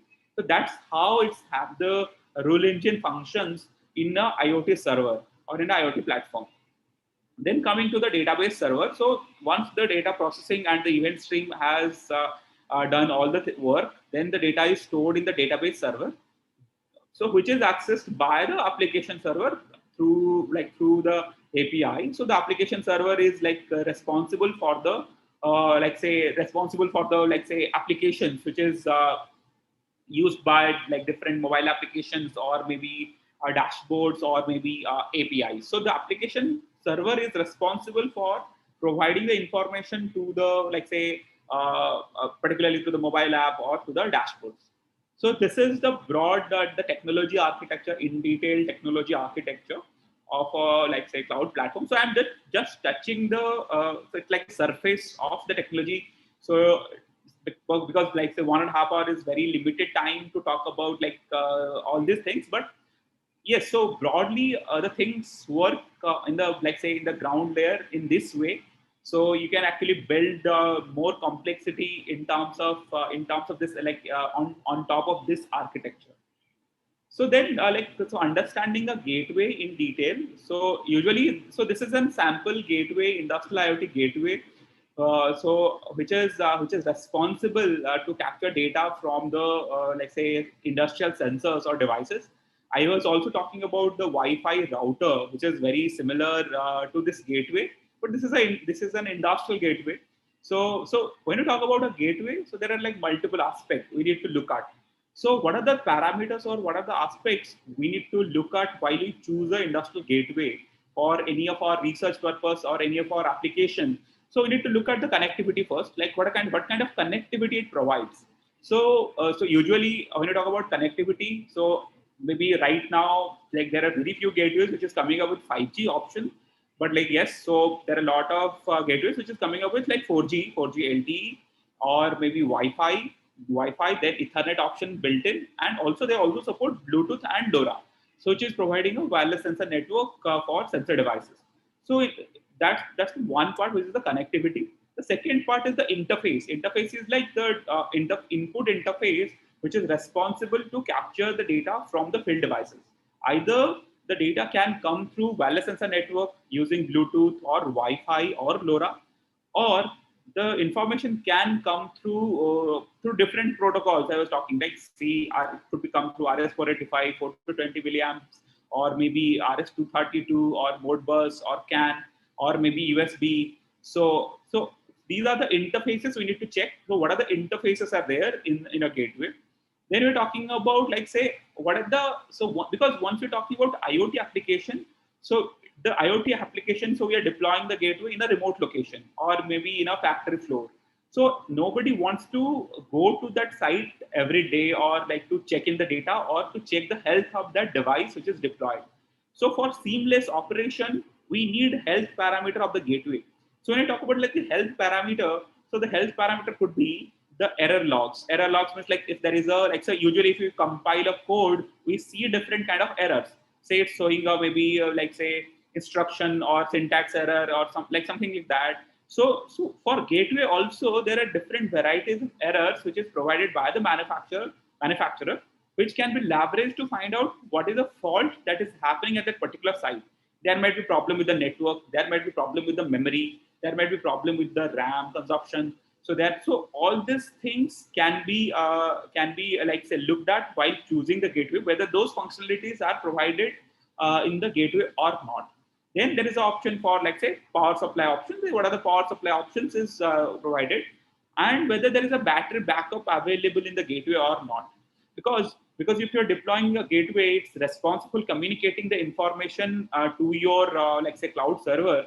If the gateway doesn't support any battery backup, so if it is running a critical application or a factory floor operation, so if something happens with the power, then immediately you don't have any information in the cloud. So you are blank. So definitely in the critical applications, battery backup is a must.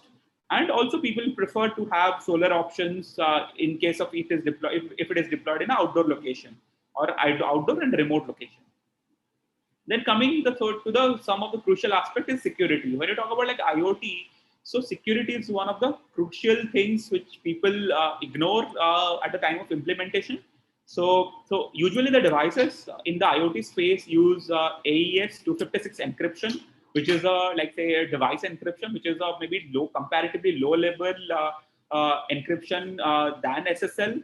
But like yes, AES 256 is the security standard for the devices, or RSA is sometimes used for the authentication purpose. Then another feature which is crucial is the auto firmware update. Most of the devices comes with this feature. So if you are building a gateway, or if you're like say purchasing a gateway, so you should also look at this, like whether the device firmware can be updated from a remote location or not, or a remote platform or not. So those are things this is very essential for a selection of IoT gateway. Then definitely the device needs to be compact and like easy mountable to the like factory floor operation, could be rail mounted, and also comes with surge protection, where you talk about like say EMC or ESD. So maybe basically you're talking about like magnetic protection, magnetic shielding. So do they provide a kind of Faraday cage for the protection of signals for the circuits? Do they provide over voltage and over current protection in the device? Because when you talk about designing a factory floor operation, so these things are very essential for the like gateway device. This is the platform. So before I dive into more into this part, like so, then I'll talk about the use cases and like further things. So if you have any questions, so I can take it here. Maybe 5 or 10 minutes we can take questions. Then again I can start the presentation.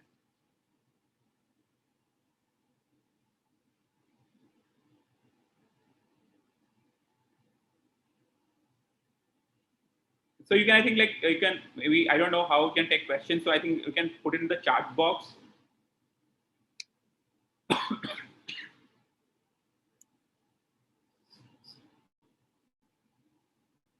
So trade is a like transmission device. So this is a like product from like say like so our company. So it's a transmission device. So we call it like say Trade Omni. So the device image was one of our product, which is the industrial gateway, and used in different smart city and industrial applications.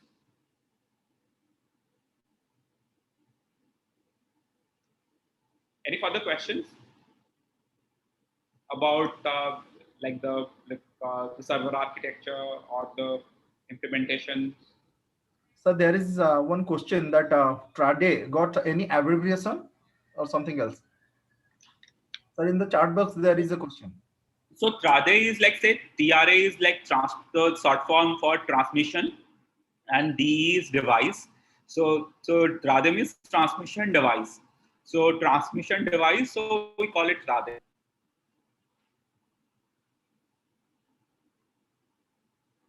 List of IoT protocols to emphasize little more. Okay. So yeah. So particularly going back to the IoT protocols.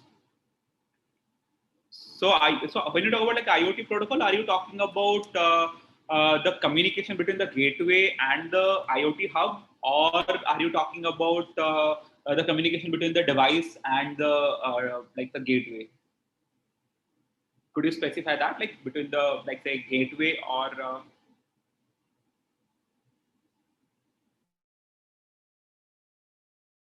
maybe, so it's like a kind of a language. Say usually when you talk about protocol, so suppose we're talking, so we are communicating right now, we are communicating in English, right?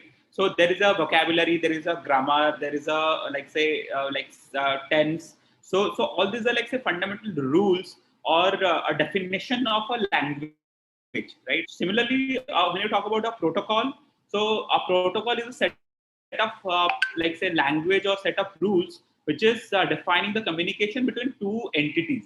When you talk about like IoT protocols, so when you talk about like say it's talk about the gateway and the IoT hub, the communication protocols remains MQTT, which is very standard like IoT protocol across the industry.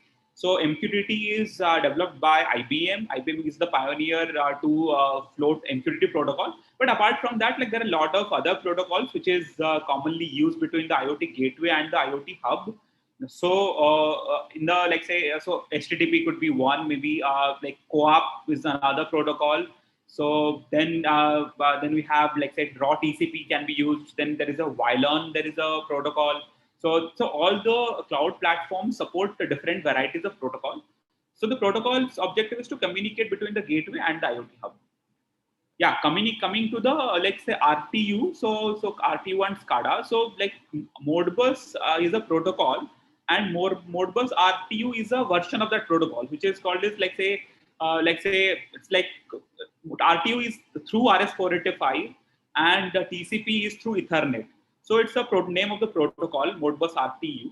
And SCADA is a you have seen like say suppose while launching like NASA launching a satellite, we have seen multiple screens tracking all the parameters.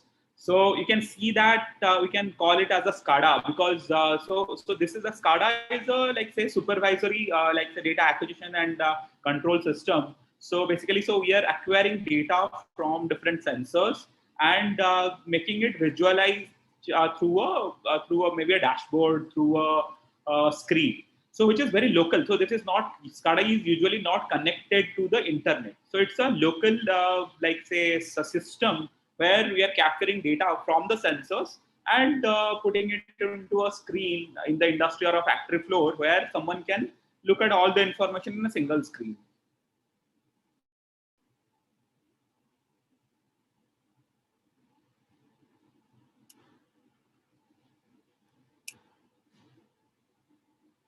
Okay, so let's go back to the further slides and like say the few of the use cases. So one is, so this is the I think like so this is a factory floor operation of a manufacturing plant. So you can see like say the motor getting manufactured in the manufacturing plant.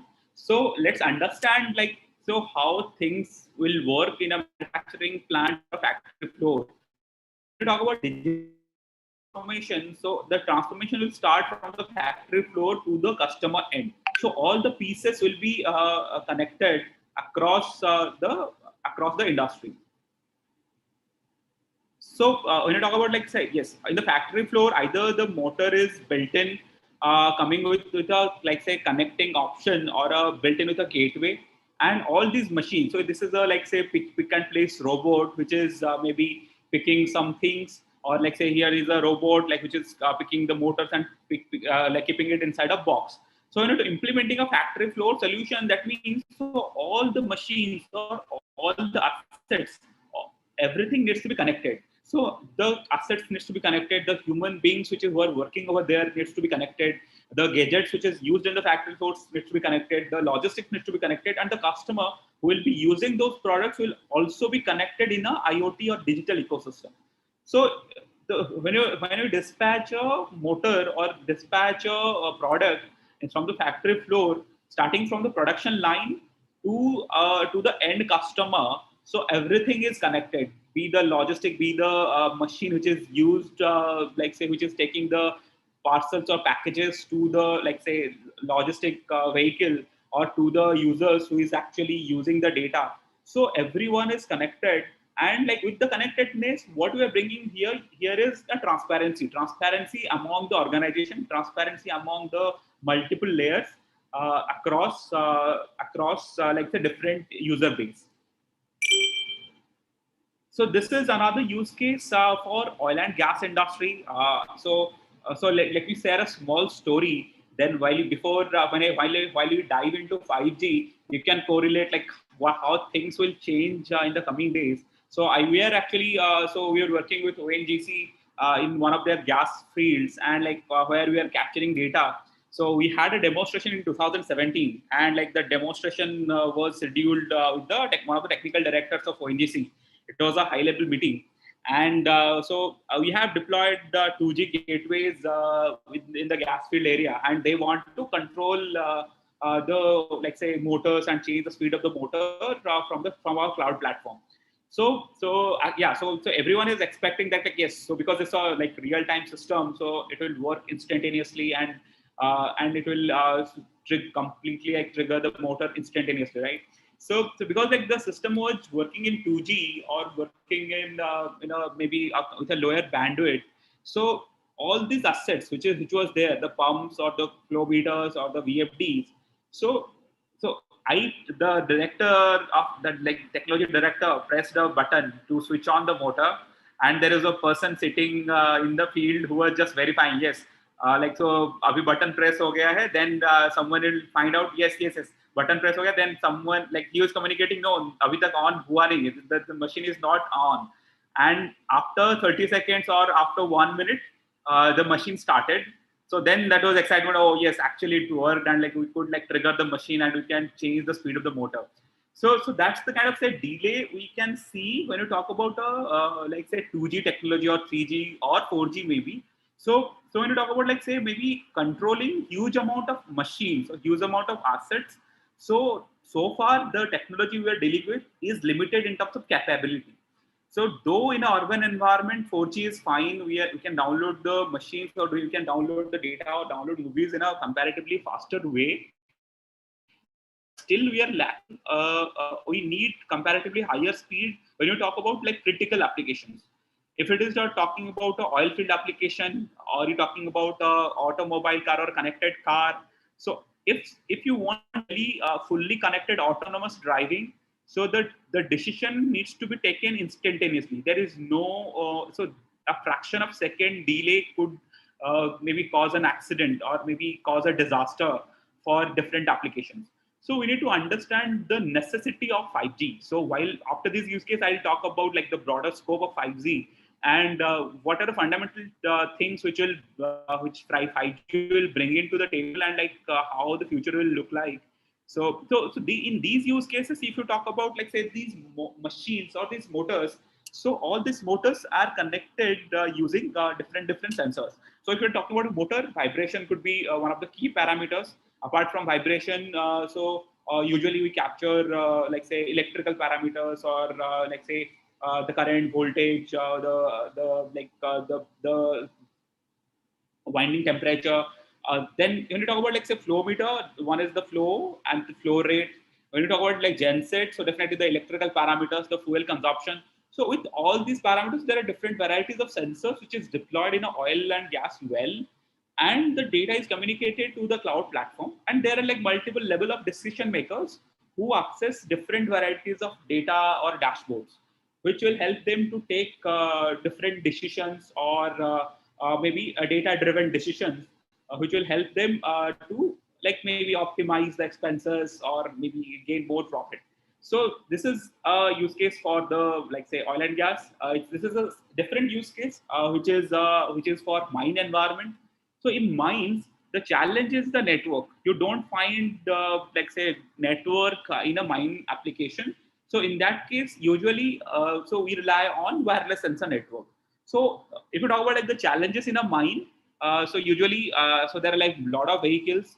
So the management usually doesn't sit in a mining location. So the mining location is remote, and we need to say track the information, or we need to gather the information, what is happening, how much production has been happened in a particular mine, how much material has been dispatched from a mining location.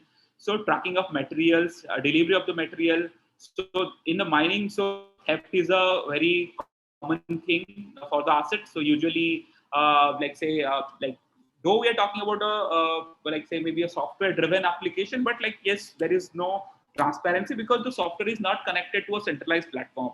So it can't be verified. We can't verify whether the machine is actually running or it's just a bogus entry in the system. So all these things will be resolved once we have a wireless sensor network or IoT application deployed in a mining scenario. So for mining, so there are a lot of POCs going on in different mines globally. So most of the people prefer LoRa-based application if the network is available. So we can go with like say maybe VoLTE or 4G. So these applications will definitely have a very good implication on the 5G, because with the 5G lower band, so these applications will be very much possible and can be driven through like say cellular network rather than having LoRa. So LoRa and cellular network will have a tough competition in the coming days, talking about the network coverage. So currently LoRa is the primary option which is available for us to create wireless sensor network when you talk about a larger area, because Bluetooth range is around say maybe 30 meter or 40 meter, and if you talk about like industrial scenario, the range could be reduced to maybe 3 to 4 meters also, depending upon the line of sight on like say complexity, environmental complexity. So similar, that is also true for Wi-Fi.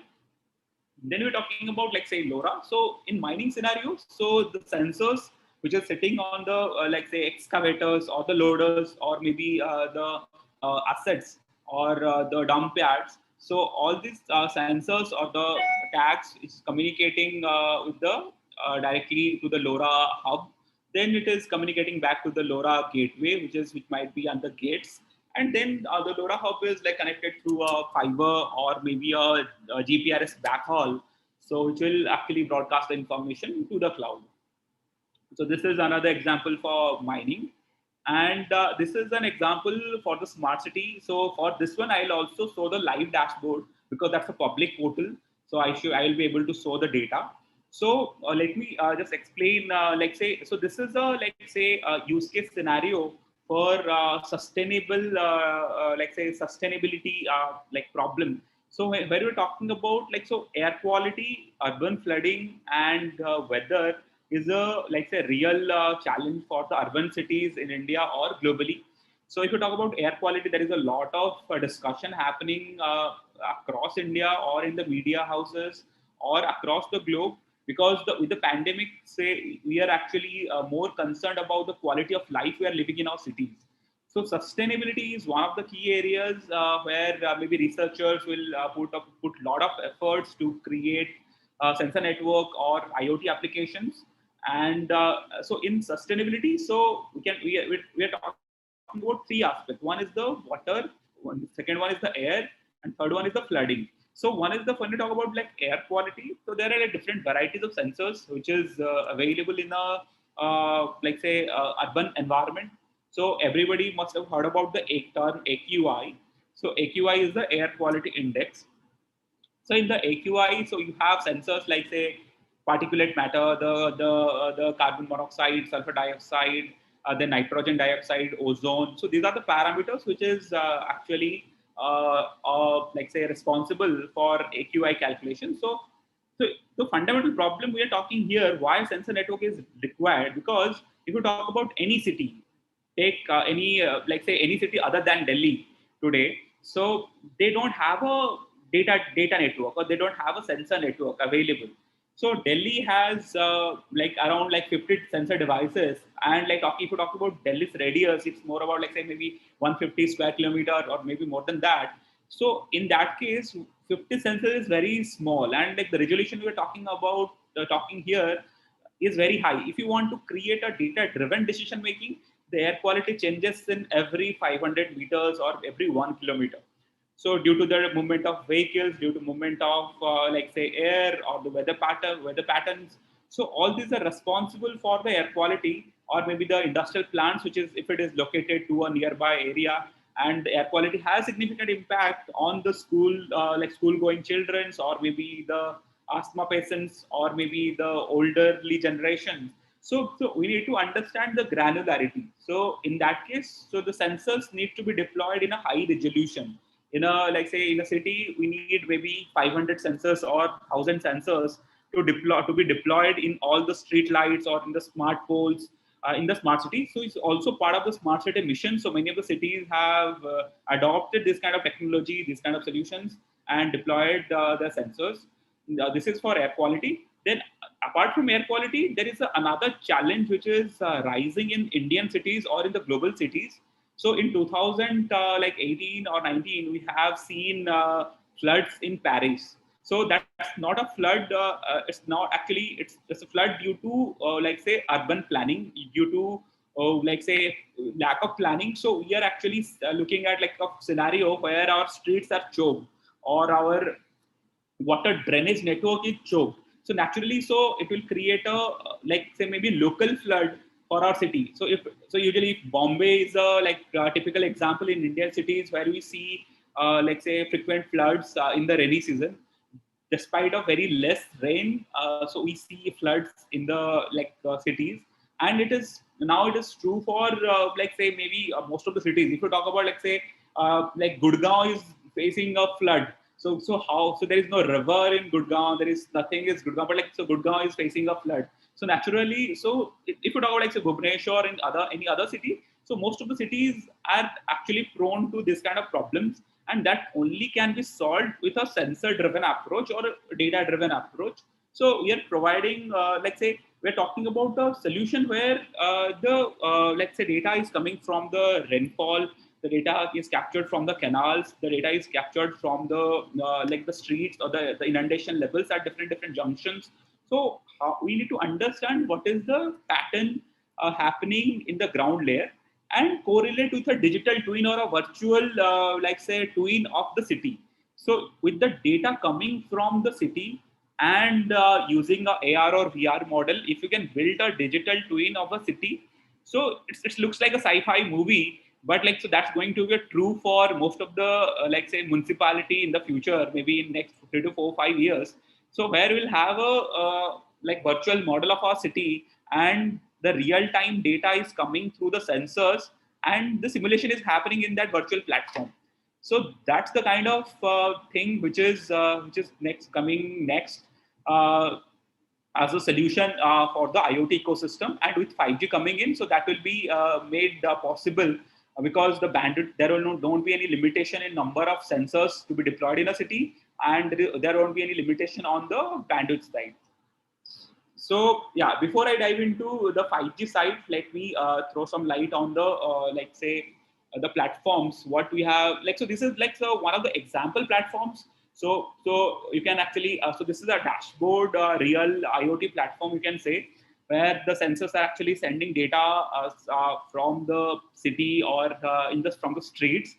So this is a use case I was talking about for the Kolkata city, where we have like say deployed around like say 300 sensors in the streets or in the canals for the rainfall, the pump stations. So there are different varieties of sensors. We have deployed like say pump stations, canals, gated canals, streets, schools. So, and we're also monitoring the public vehicles which is running in the like in the particular area, so that we can actually draw correlations between the traffic and the air quality. We can draw the correlation between the like say data coming in from the sensors for the flood as well as the indentation level. So you can see the sensors actually. So this is like the pump station. So where one pump is running right now, we can see the live status of the pumps and the trends particularly. So now this pump has started in 11:14 and after 2 minutes. So basically, this is the evacuation pumps. So this pump is right now running. So basically, the city municipality is looking at the data and they can access the data. Then we are talking about like the flood models. So flood models, you can actually build GIS models, flood models using the data coming from the sensors. So there are like say different simulated conditions which is done by us. So you can see like say if it is 100 mm rain happening in a city, so which are the area which will get flooded. So these are the areas which is coming as a simulation result, and it can be validated with the data coming in from the sensors. Then we have like say maybe if it is a surge coming in from the rivers, Actually Kolkata has Kolkata is near to the Hooghly River. So you can see the surge and the impact of the surge, and which are the area which is very prone to flood in case of the surge level is going to 3 meters. If the water level rises by 3 meter, then the surge level is this much. If it is rising by 5 meters, you can see how much city is getting flooded. So how severe the flood could be in Kolkata if the water level rises above 5 meter. So this is example application example. We are demonstrating. So there are multiple options. So I was talking about the notifications or alerts or devices, or the health of the devices or the status of the devices. So everything you can actually visualize in this particular application. And yeah, so then another application I want to demonstrate is this is a application for compression monitoring or a genset monitoring, where we can see the real-time data coming in from the sensors or from the devices, and we can see the location. So this is our deployment in Zambia, which is an African country, and you can see the data sitting here, when the machine has run, how much time it has run, what are the parameters we are capturing. So this is a KPI dashboard. If you want to see the detailed detailed parameters, that is also possible, and you can see. So these are the example dashboards or example scenarios which is available in front of us, and you can see the data coming in from the sensor. So they're all these parameters, fault parameters are coming. So you can see the parameters. So basically the daily trend, so different voltage, currents, parameters. So right now this machine is not running, but we can see the fuel level. We can see the estimated run hour. So this one device is offline, so you can see the status of the machine. So these are this is a typical example of a dashboard or maybe application which is built using the data coming from the say sensor devices or the field parameters. Then when you talk about the IoT platform, so in the IoT platform, yes, I was talking about the customer management. So one is the customer management, one could be the devices management, where we're talking about looking at the say device health or devices data. So which device is online, which device is offline, which is connected through GPRS or which is connected to which mode of device connectivity options. Then we can see the so there are a lot of features or parameters which is part of an IoT platform, and yeah, you can while you build a solution. So you can see, I was talking about the health data. So what are the health parameters you can see from the device? You can see the network, or it is running on a which mode, device status. Then you can see the faults, actually device errors or the network errors. So this is the raw log. We can see so this is the data pack, the type of this is a example of a REST protocol. Say you can see so it's it's coming as a JSON format, but it's a standard TCP protocol. We are following where the packets are coming in terms of so you can see the message, the data type, the timestamp, the data, say machine status, the values for different parameters. So, and these data is parsed using the IoT hub in our cloud platform, Once it is parsed, and then the dashboard, we can see the data in the dashboard. Yeah. So this is more about the use cases what we have implemented in different areas. And then let's talk about how the digital transformation or how IoT going to be transformed using 5G. So we have seen the decade of say 2G, 3G, maybe 3G we have not seen much because in India, so we have migrated from 2G to 4G directly. So 2G, initially we are in 2G, we are more predominantly we're talking about voice and text SMSs. So in 3G we started more about browsing or broadband connection. Then in 4G, actually 4G is just improvement over 3G. So there is no fundamental change which has happened in 3G and 4G. But like yes, 4G is comparatively faster. The bandwidth of the capacity is higher. The latency is comparatively lower. So that like so we can receive the data in a better way. So the transmission time is like so basically though we can download HD movies in like maybe a couple of minutes or maybe 1 or 2 minutes. So when you talk about 5G, so the ecosystem 5G is completely different to the like previous technologies. We're talking about 2G, 3G, or 4G. So it's kind of like say, incompatible with the like say the previous generations, but at the same time, it opens up a lot of opportunity for the connected services. So if you're talking about, like say, we have seen, we're talking about connected cars, we're talking about connected machines, we're talking about 50 billion devices getting connected to the cloud platforms.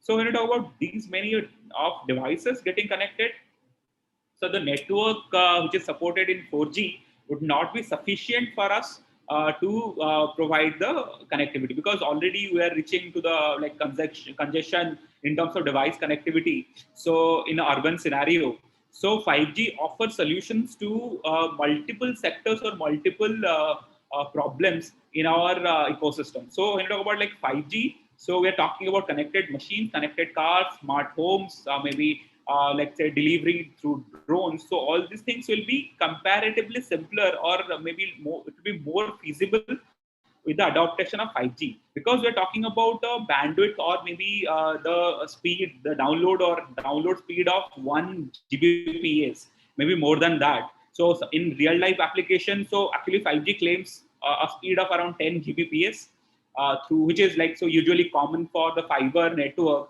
So we are actually in wireless communication. So we are reaching to that limit, which is like there for the fiber. So right now, the high-end network or high-end connectivity is only possible through fiber.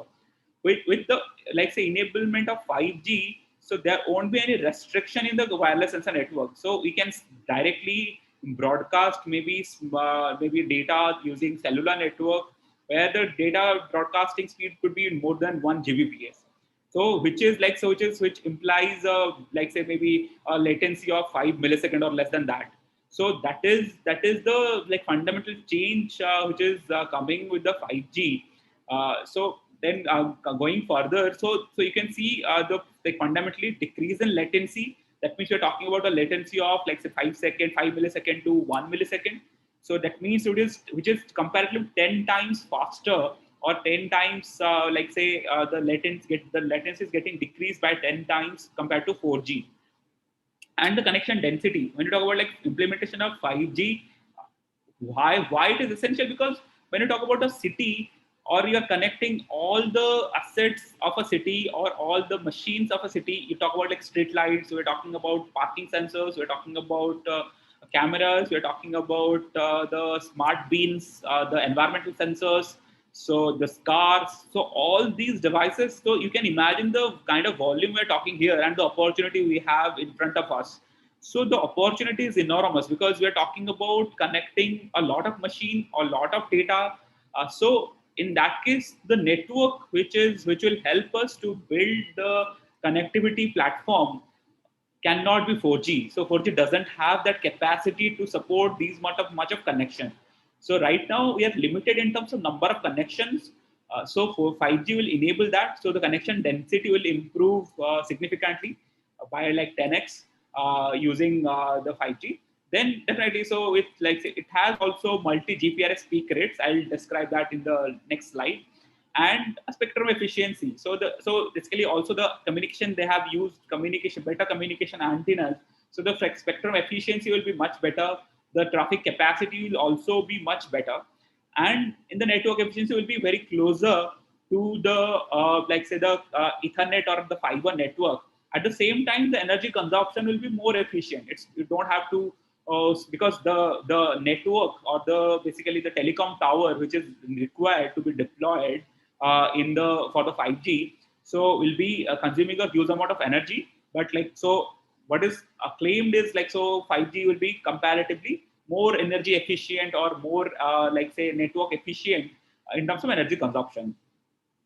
So definitely, so 5G will be more exciting, but it will be a costly investment for any country who is looking for 5G. So 4G and 5G will be there in the next 10 years. So maybe we will see the maybe 2G will be obsolete very soon because most of our users will migrate to 4G. So 3G backhaul will be supported, but mostly we are leaving 4G. So 5G with 5G and NB-IoT coming in, so it will open up gates for IoT ecosystem and device network. And yeah, so coming to the detailed part of a 5G. So fundamentally, what is different in 5G is so it's supporting three fundamental bands. So one is I was talking about LoRa, which is a sub megahertz or sub gigahertz frequency, which is usually 400 megahertz in some countries, in the 484 megahertz band. To in India it's like say 962 to 67 megahertz band for LoRa. Similarly, so 5G has three options available, which fundamentally solves so all the problems. One is there is a area where we require high-end internet, maybe the GBPS connectivity. We need a download speed, or we need internet connectivity, which is maybe GBPS faster. Or so those are the scenarios which is talking about the dense urban scenario. So in the dense urban scenario, so we are talking about frequency bands above 20 gigahertz or 252 gigahertz. So that's the high frequency or high throughput layer, which is fundamentally different from all the say technologies available right now. So once we have that throughput layer available, so that will be applicable in the urban scenarios, in the particular city scenario, tier 1 or tier 2 cities. So that will be very relevant for the use cases or the use bases. In that case, the range will be lesser. The distance covered, because the frequency, with the frequency we are covering the lesser distance. So this will be only restricted to a very specific area or a specific zone.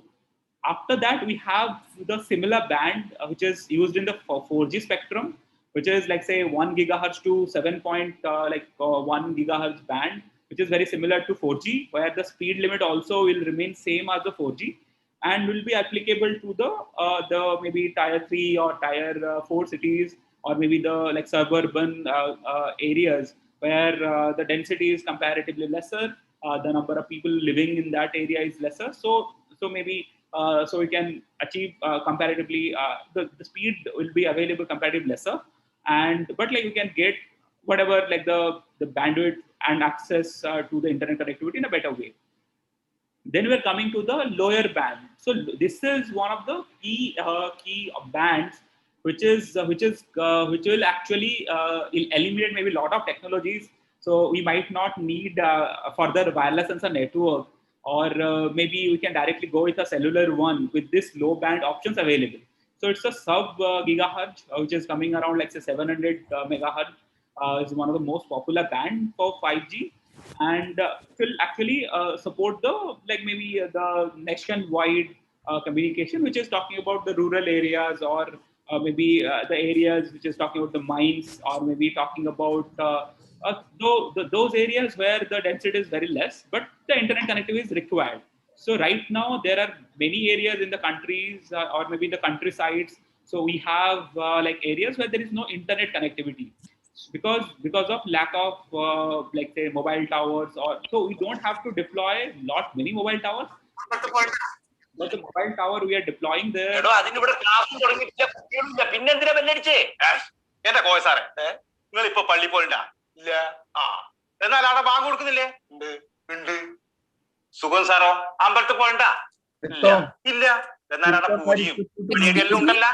I request all the participants to mute yourself. Excuse me, participants.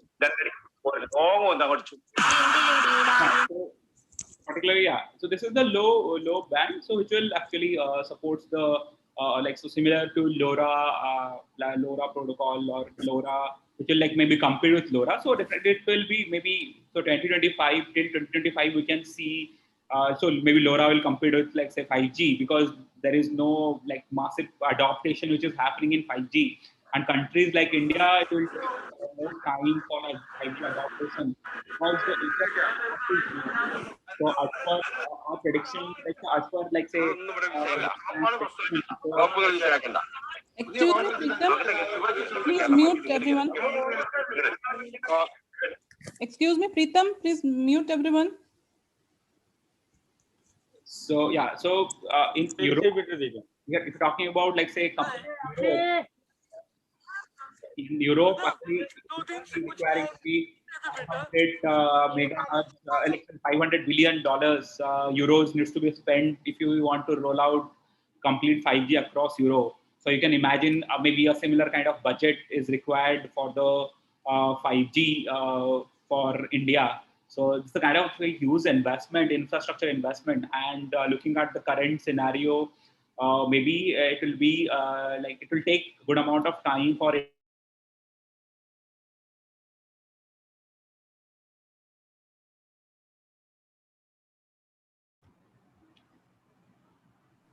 So you can see,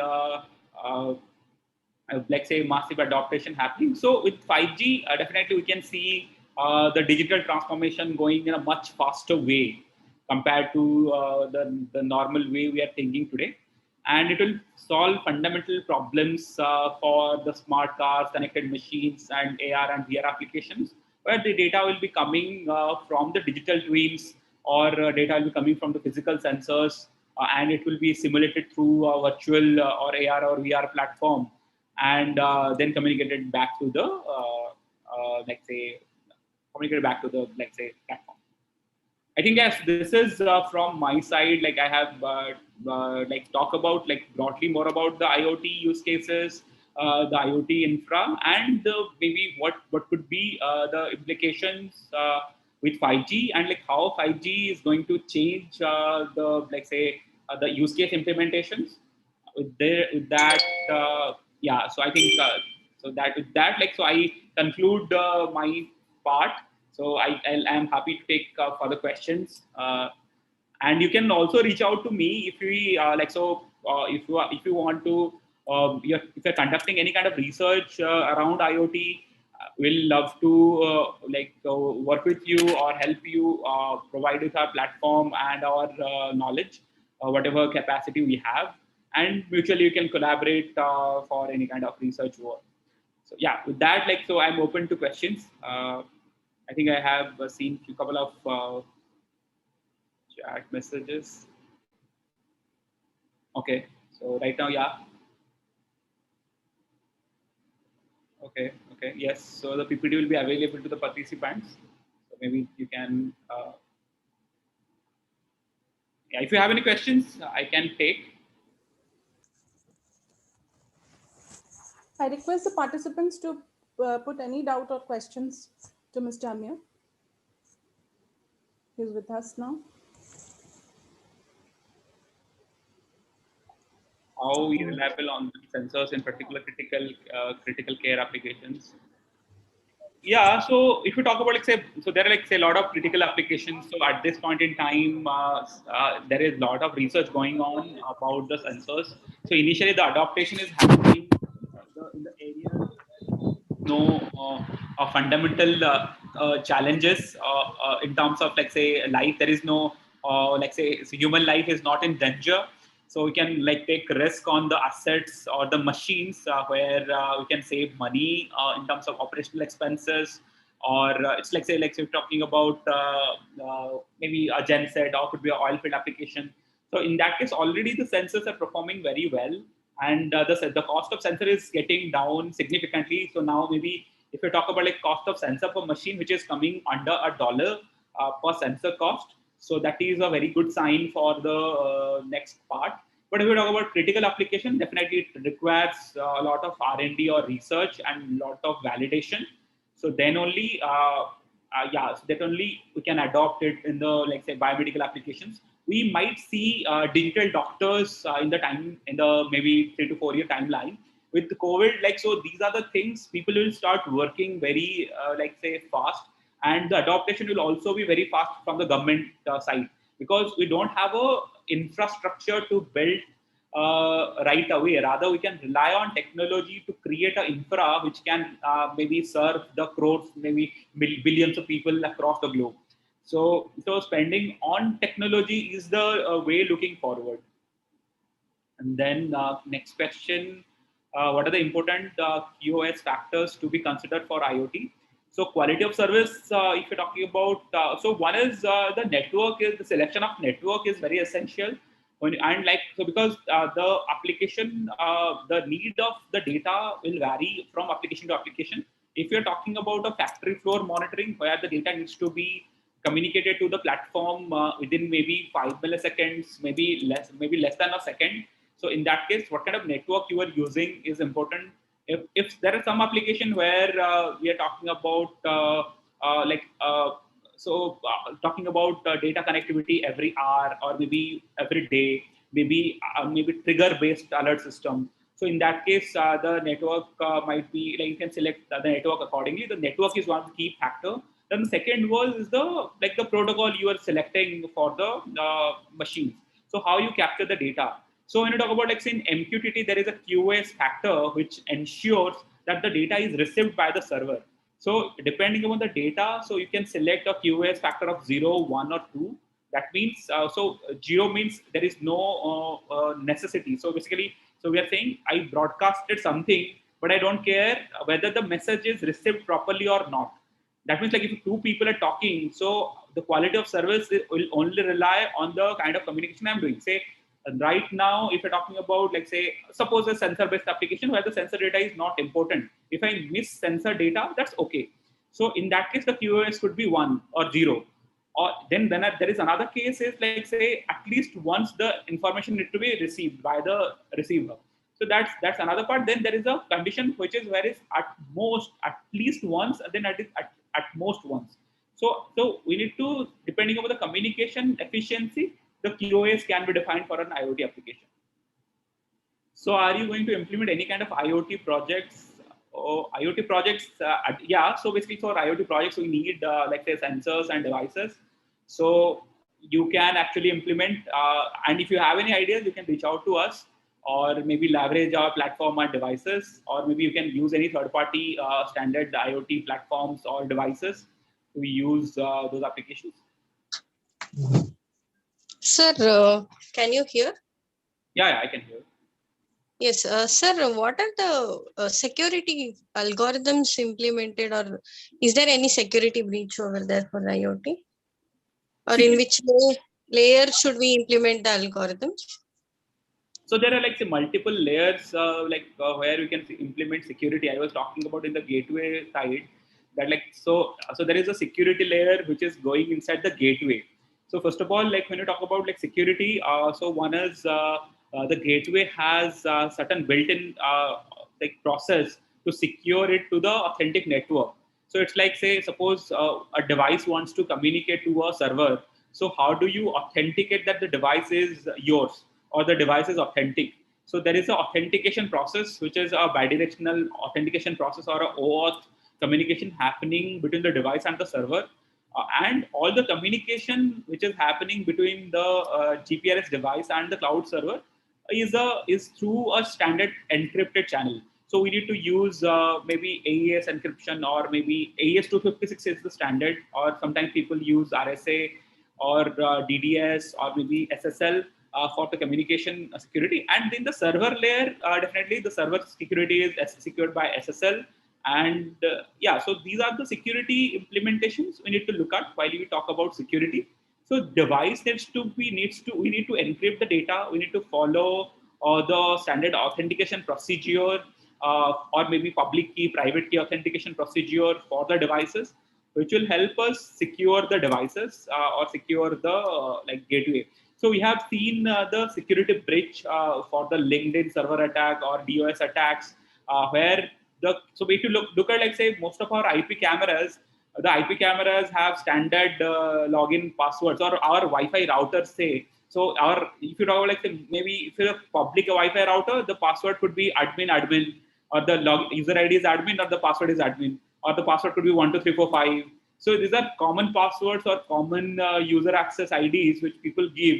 So which makes the device vulnerable, because the device, all these gateway devices are running on Linux or running on RTOS. So they have a terminal access for anyone who is having the authentication, like say authentication access for the device. So if a hacker coming in and like say broadly scans a network, maybe it could be a university network, it could be a like government network. So if I scan a network in a particular IP, so I can find out the loopholes and enter into that network, and I can deploy the firmware or a Trojanware or maybe a DOS attack to a particular server. So that needs to be avoided with a strong authentication procedure and a strong encryption. So those are the two key things which needs to be implemented in a security from the security point of view. Did I answer your question? Yes, sir, sure. Thank you so much.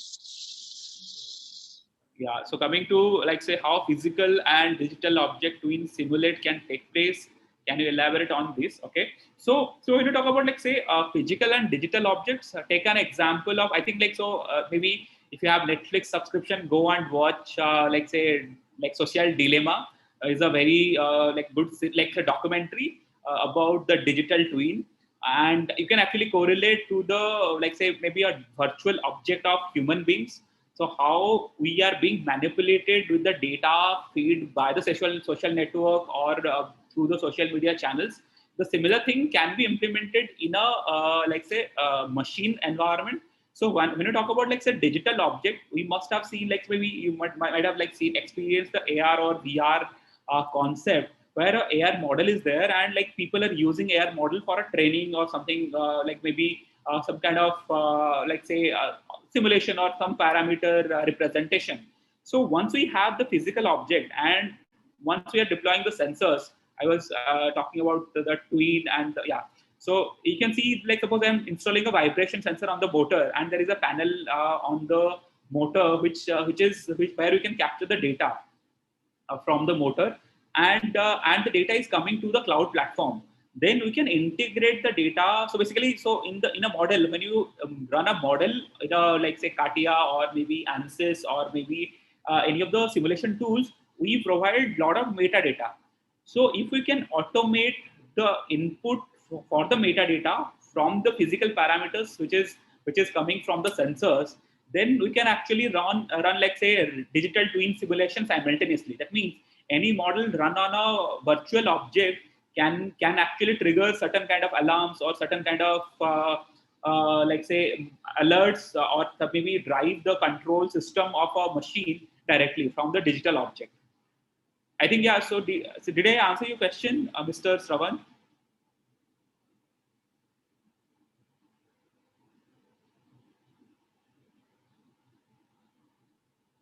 Okay, so going to the next one. So in 5G network, how we are expecting the congestion? Is this congestion free? Yes, so we can expect that like so because we are talking about huge amount of data. So with 4G, so if you are getting 10x more bandwidth and 100x more traffic.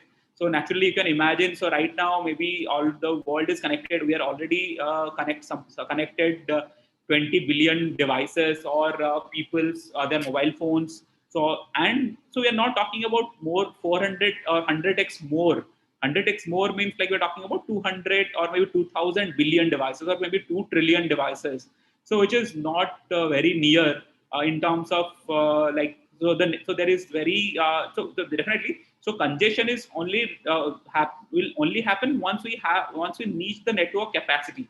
So for 5G the network capacity is in trillions. So we can actually in the support maybe globally we can support trillion devices connectivity with 5G.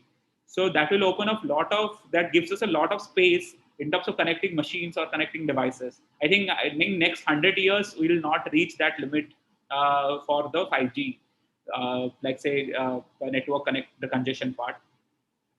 What skills we need to start carrying in IoT? So in IoT actually we need to think about two aspects. One is the like say the software side and the hardware side. So I think one part is like if your specialization is on the software, so you can start from the digital twin and maybe look into the databases.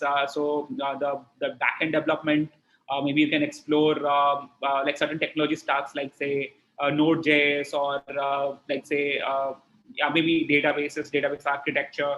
And so one thing is like, so you need to understand these concepts. Today I was morely like majorly talking about the concepts, majorly talking about the sensors. So each of the slides, or each of my slide, will have maybe dedicated chapters or dedicated sessions you can conduct on that. So definitely, so you need to select a particular area. So if you are talking about a network, or if you're talking about specialization in a networking side, so you can work on the wireless sensor network, maybe LoRa or 5G, because this is very, very beginning of the 5G technology. So if you are ready with the 5G devices or 5G implementation, so that you can implement a lot of use cases around 5G. So it depends on the like say your area of interest, and if you're looking forward any particular details, you can reach out to us with my mail ID. So we'll provide the necessary help. Then coming to the next one, frequency like 900 megahertz will support 5G speed, a real-time application. Yes, definitely. So that is the low band frequency. So which will support, it will not support the speed will be lesser.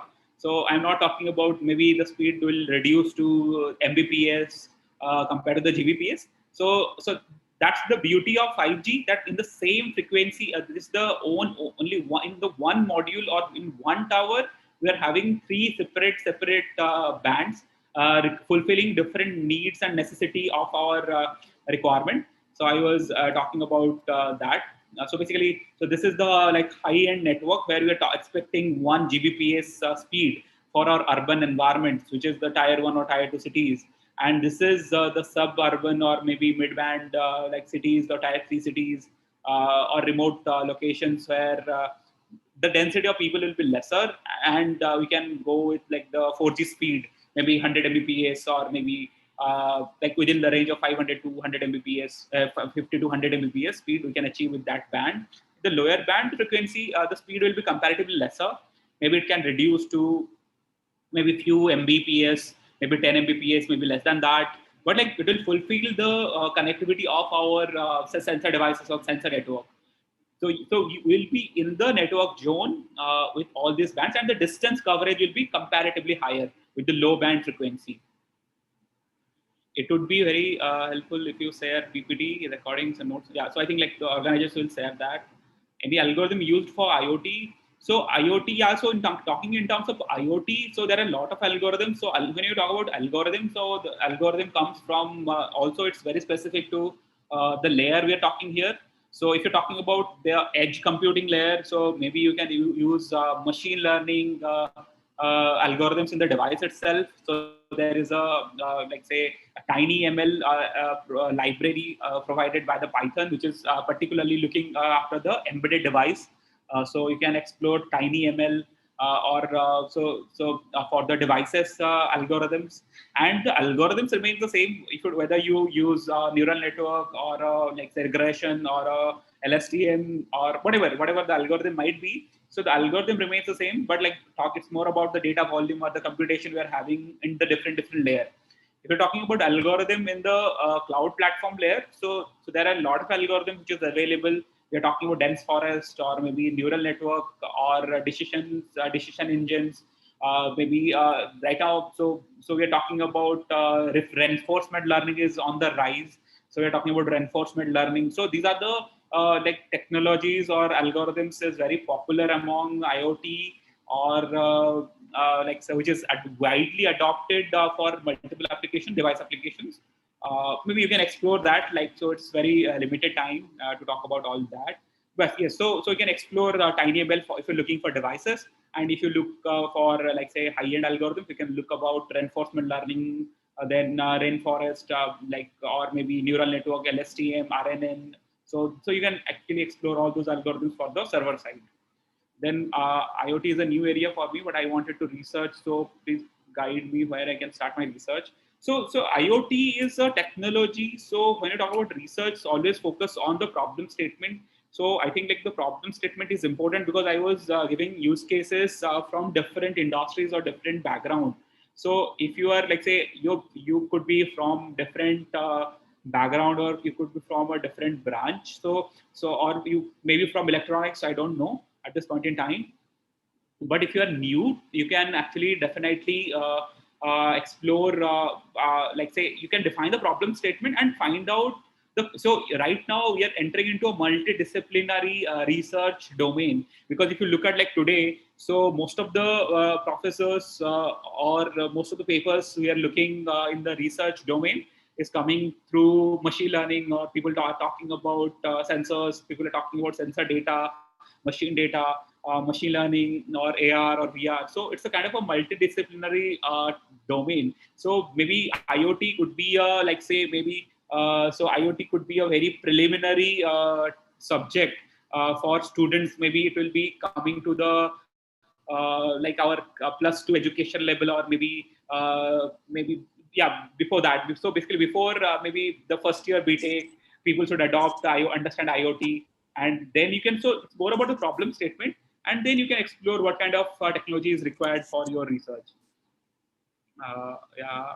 Are there AI algorithms that you can run on your low memory IO devices? Yes, I was talking about TinyML. So with the TinyML, you can explore the libraries. So there is a OS. So you can actually run on like the TinyML can be run on a small embedded devices with very less memory, less bandwidth.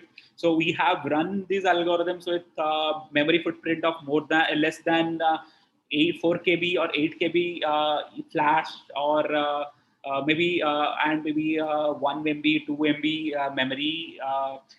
So devices footprints. So you can check that out with TinyML, how 5G advantage over 4G in terms of mobile applications. Yes, so in mobile application, it's only the speed. So we can only see like faster downloads, instantaneous access of movies. So maybe it will take fraction of seconds to download a SD movie. So we don't have, there is no, maybe there won't be any buffering issue ever. So maybe like people will forget buffering. So right now also people are not, people who are like born in this generation also don't know.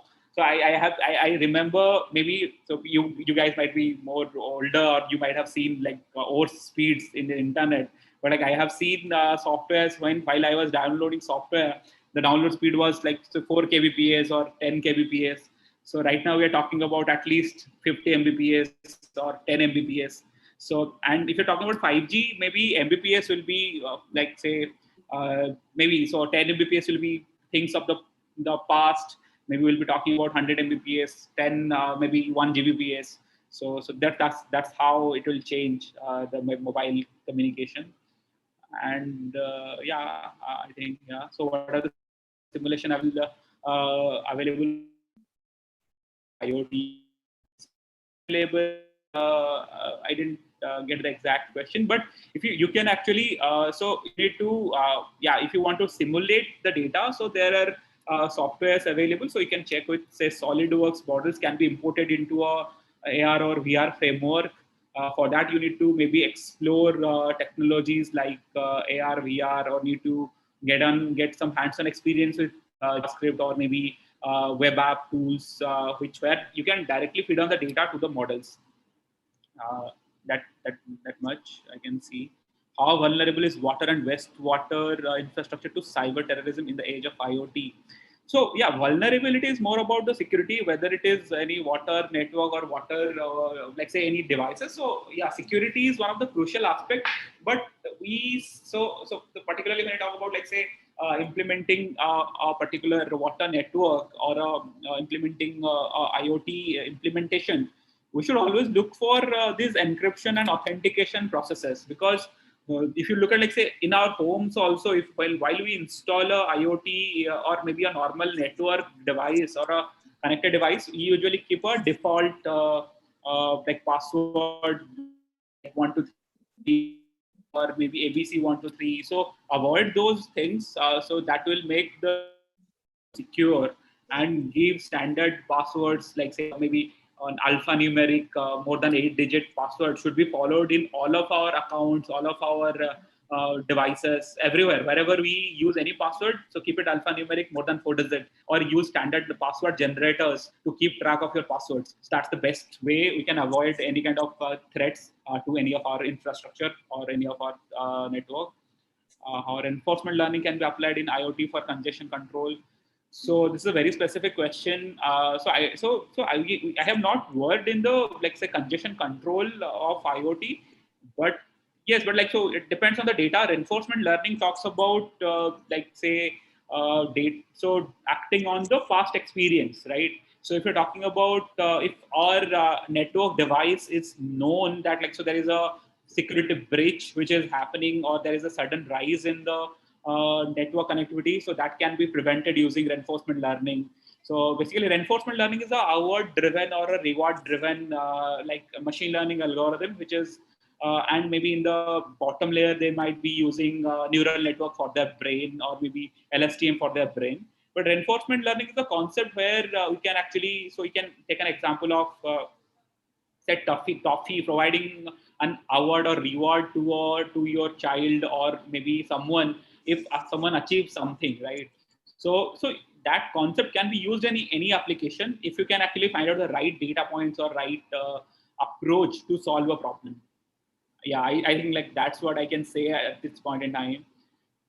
And yeah, I think, yeah, so we can use sensors clouds. We can use sensor cloud as a IoT platform. Sensor cloud you can use. I didn't get this question properly. You can actually, yeah, you can use any cloud. So if you're looking for a cloud partner for your university, or maybe an IoT partner for your university, so you can reach out to us. If you think that, like, we are capable,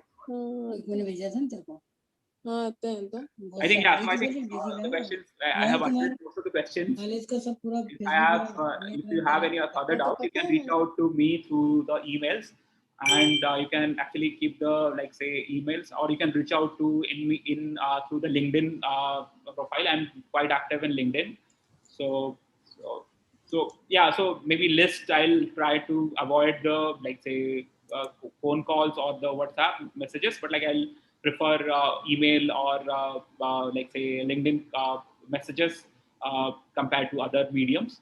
But yes, so once we have a firm understanding of the requirement, then I can engage over a telephonic call, or maybe we can schedule a one-to-one session if I can help you in any of the ways. I think with that, I am concluding my session. So thank you everyone for this, like, questions, and, like, hearing me out patiently. And I'm really happy for the, like, say, organizers for inviting me for this like session. And yeah, thank you, ma'am. Over to you. Thank you, sir. Your talk was very interesting and informative one. Really, our participants have gained a lot about the technological architecture in application domain, industrial IoT gateway, and real-time application environment, and different measuring parameters associated with it. Thank you very much for being with us. Thank you. Now, we will move forward for a lunch break for some time. We will resume the session at 2 o'clock, sub 2 o'clock. I request all the participants to join at 2 o'clock in the post-lunch session. Till then, bye-bye, and see you at 2 o'clock. Ma'am, I have one doubt, ma'am. Yes? Ma'am, for attendance, Atal website, you will be uploaded, or once we are joining in this Zoom meeting only, so whether you will be uploading there, or how it will be, madam? I think coordinator sir, Soumya sir can answer it properly. Okay. Your attendance will be already. I have sent you the message repeatedly that all the participant attendance will be being extracted from the Zoom itself, and we will reform it in Excel sheet, and the attendance will be updated after the completion of the FDP.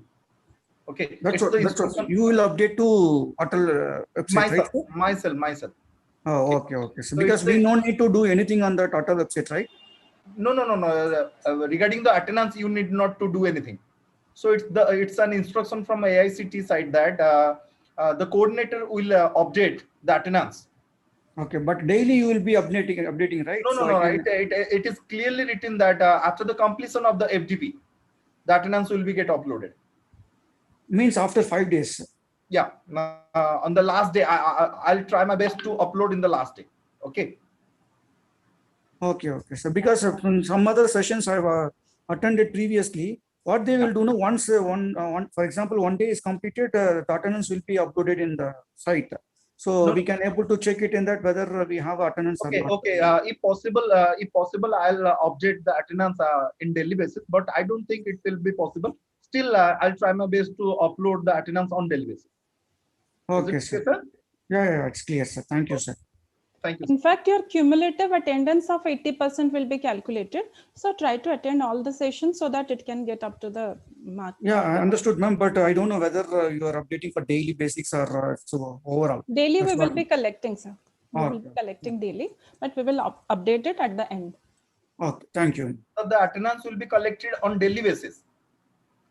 Okay, sir. But it will be get uploaded after the completion of the FTP. Is it okay, sir?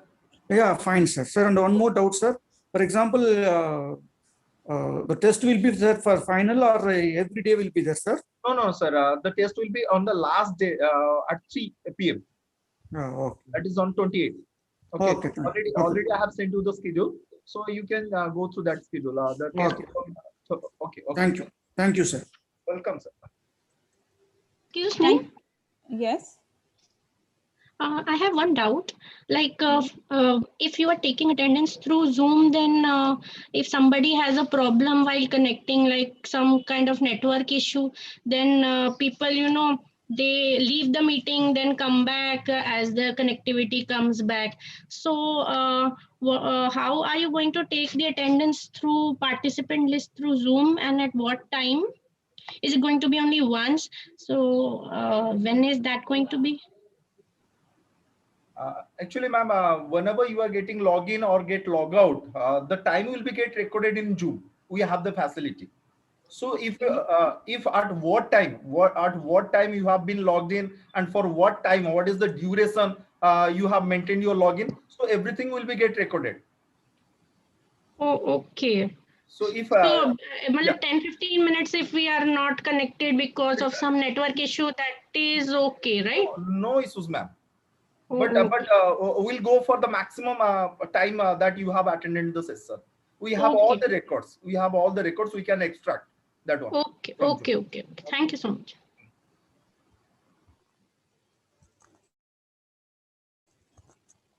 Okay, thank you, everyone. We will join at 2 o'clock.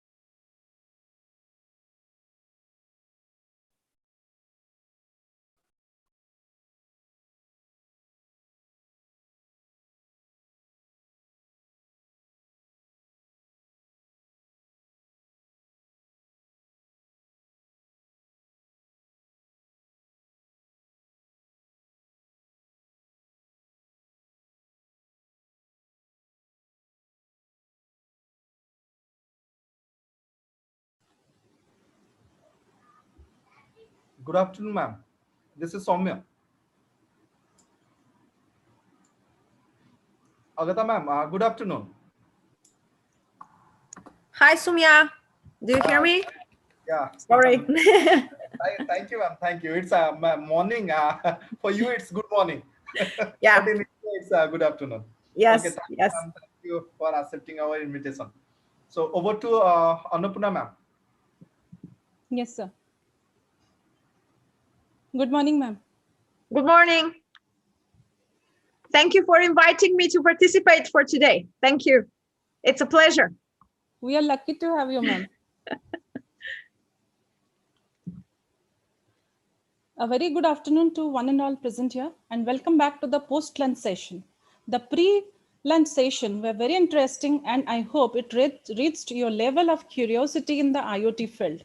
The post-lunch session is also going to be very interesting and informative to all of you. Let us start the third session of day 1 of the FDP. I take the privilege to introduce you our next invited speaker, Dr. Agata Manolova. Dr. Manolova is presently working as the Associate Professor in the Department of Telecommunications at the Technical University of Sofia, Bulgaria, and the head of the Research Laboratory, Electronic Systems for Visual Information, and as Vice Dean Education for the faculty also. Her domains of interest are machine learning, pattern recognition, computer vision, image and video processing, biometrics, neural networks, augmented and virtual reality. She has received her PhD from University of Grenoble, France. She is laureate of Fulbright Scholarship and an IEEE member. Ma'am, a warm welcome from all of us. Thank you very much for inviting me once again. It is really a great pleasure for me to be able to share what we're doing here in Bulgaria with such an esteemed public. Hopefully, and do not hesitate if any of you are interested to contact me. So, and we can continue the discussion in all the ways possible, no matter if it's a video, or it's an email, etc., etc. So thank you once again. And hopefully I can give you a brief insight of another application of 5G if you want. Thank you very much, ma'am. Thank and you. Great thank you to you, Soumya. Thank you. Thank you very much, ma'am. It's my pleasure, ma'am. Okay. So can I share my screen? Preetham, please give the access. Yes, ma'am. Okay. You can share. So let me see if I can share my screen, and you're going to tell me if you see my screen. Yes, ma'am. Okay, perfect. Perfect. Okay. I hope you see my presentation. I also send it to Soumya, so if any problems, he can share. So today I would like for you to present to you more or less a very interesting subject that is the truly immersive holographic communication in 5G, how to combine the 3D imaging, haptics, and artificial intelligence to achieve this new way of communication that is currently the hot topic of a whole new branch of industry related to artificial virtual reality and augmented and mixed reality. So it's all a big mix if you want. So first of all, I'd like to give you a brief introduction what it is, this holographic communication, or we can say, we can use a lot of terms. Maybe some of you have heard of holoportation. Another term that is very recently used is holographic telepresence. So there are a lot of terms concerning this new area of application for 5G and for the future of 5G, obviously the 6G communication. And having in mind the current situation, the COVID situation, this is a year and a couple of months already that we're communicating between each other only in a video way. So we cannot see each other usually. We cannot share, how to say, the personal touch. We don't have the shared space. We don't have, we cannot follow our gaze, which are natural things when we communicate between us. But we use either Zoom, either Microsoft Teams, Skype, FaceTime, all the standard, 2D video communication tools. But the new technologies, augmented reality and virtual reality, can offer a new way of for communication. So we can share this this virtual space where we can join and experience everything that is happening together from anywhere. But there are certain requirements, and these requirements were, how to say, developed plenty of years ago. It was 92 by a scientist named Buxton, who said that for successful telepresence, immersive telepresence system, we need to have a shared person space and a shared task space. So this is very important, and please take this into account when we continue further with this presentation. So what is a shared person space? A shared person space means that in this telepresence system, we need to be able to have the eye contact among participants. We need to have the mutual gaze awareness, the sense of identity of the speaker. So this is me and I'm speaking, and the speaker's location, I'm here now, and the spatial faithfulness. So this is the shared person space. And also the shared task space is how do we, how to say, use, for example, if we are talking about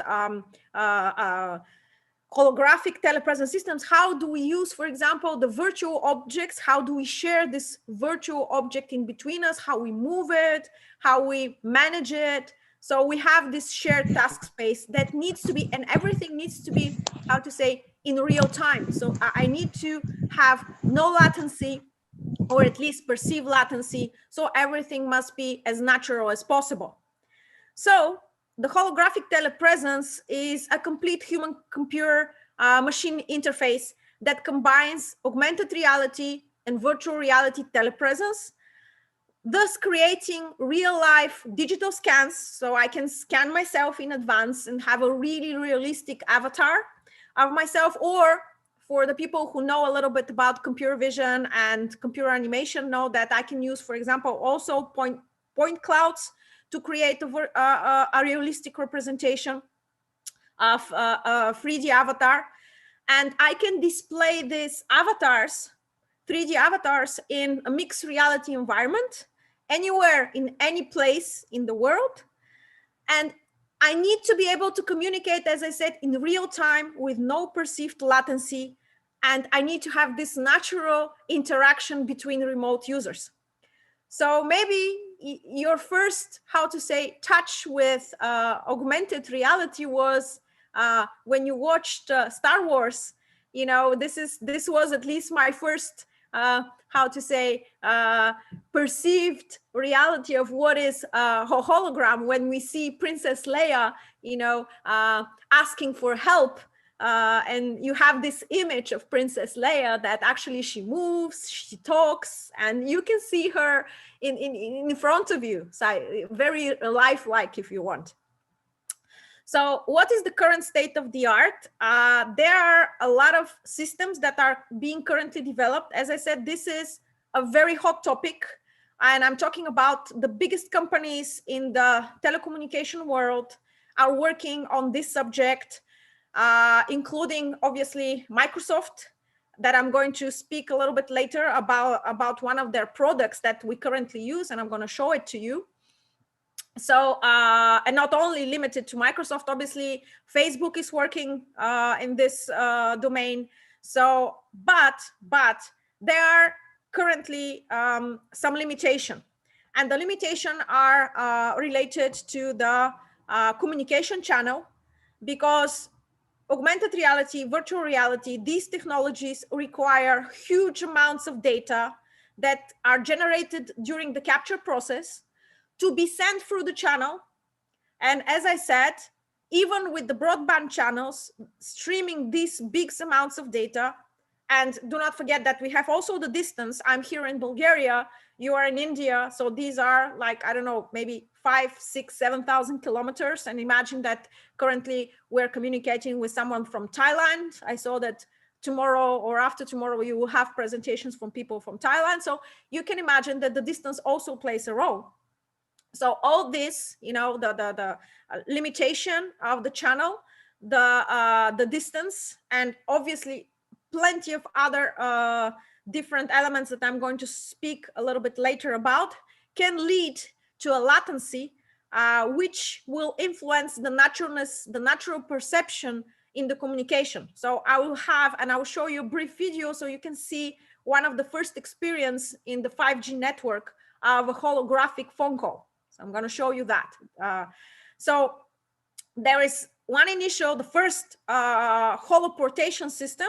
Holoportation is a keyword for Microsoft. They use the holographic telepresence. The name for Microsoft is holoportation. Was presented in 2016. And you can see the video. It's shared in YouTube, so you can find it very easy. And you can see there that we have a very elaborate system with plenty of very expensive cameras that capture a 3D frame, including the mesh geometry. So we are going to generate a lot of data, as I said, to be able to present the virtual avatar. And even with compression, if we want to have a real-time performance, we need an average per frame transmission for around 2 to 3 gigabits per second, with an overhead for compression, so with less than 10 milliseconds. So this is a must, you know, for the whole network to be able to, how to say, to assure, so we can have this natural perception. And this is currently not an easy feat. I can do it here in my lab, obviously, because I have a closed network. I can dedicate all my resources, you know, and I can free my channel, communication channel, and I can do very easy communication between, I'm currently in the B cube, and I can do the same thing with my colleagues that are in another lab with another B cube. So I can have that, but here in Bulgaria, obviously. And as I said, but what will happen if I want to do that with my colleagues in India, with my colleagues in Thailand or United States? This is not an easy thing to accomplish, you know, because there are plenty of challenges, and I'm going to share with you the challenges that we have today. So what is, how to say, left to do? You know, even though so many companies are working, there are plenty of areas where, you know, there are requirements, there are things left to do for us, the researchers. So we need to develop an intelligent way to compress or represent the data so that the current channels can be utilized and exploit all the potential of 5G technologies to develop this long distance, I'm underlining the word long distance, for real-time holographic, immersive holographic telepresence system. And I'm not talking only for the face and the audio. I'm going to add in the presentation, I'm also going to add the feeling of touch, so the haptic, which is one of the 5 senses. Unfortunately, for the virtual reality, the sense of taste and the sense of smell are not developed yet to be digitized. There are some initial successes. Some scientists from Japan very recently, they have developed a digitized way to present the sense of taste. But as I said, in terms of development, you know, the level of audio, video, haptic, and then very, very, very low at the beginning of the research areas are sense of smell and sense of taste. So currently we cannot make it fully immersive. So the taste and the smell are just the beginning in the research. But the audio, the video, and the touch are something that we currently can add in this holographic telepresence systems. So what are the requirements? I'm having here some basic requirements for these telepresence systems. So as you can see here in the presentation, you need to have more capacity for the channel, the communication channel, which will be assured in 5G communications, lower cost, again. So we need increased throughput to assure the quality of immersion and to have multiple users. So this is assured in 5G. I have done a brief comparison in the next slides, so I'm not gonna, give you the details now. So the low latency, we need to ensure because for the holographic telepresence system, the current technology is either you have the wearables, the headsets, either you have a very specialized screen or lasers where you can project the hologram. So we need to, usually we use the headsets that I'm going to speak a little bit later about. So let me show it to you. So for example, this is a Microsoft HoloLens number 2. So this is an augmented reality headset. So usually we use a headset like that to be able to, show the images, show the avatars, that surround us, for example. So we need to assure these 6 degrees of freedom. That I'm going to speak a little bit later about these 6 degrees of freedom, but the degrees of freedom are related to the movement because I'm moving my head all the time with the wearable device. I'm gesturing all the time. I have also the movement of my body because I'm moving in a certain space. So all these are degrees of freedom, if you want. And we need to ensure the uniform experience. So whatever I'm perceiving in Bulgaria, you need to perceive it the same in India. So we need to ensure full immersion everywhere. So this requires consistent throughput, even at the cell edge. So this is very important. Then the last requirement is based on the visual content.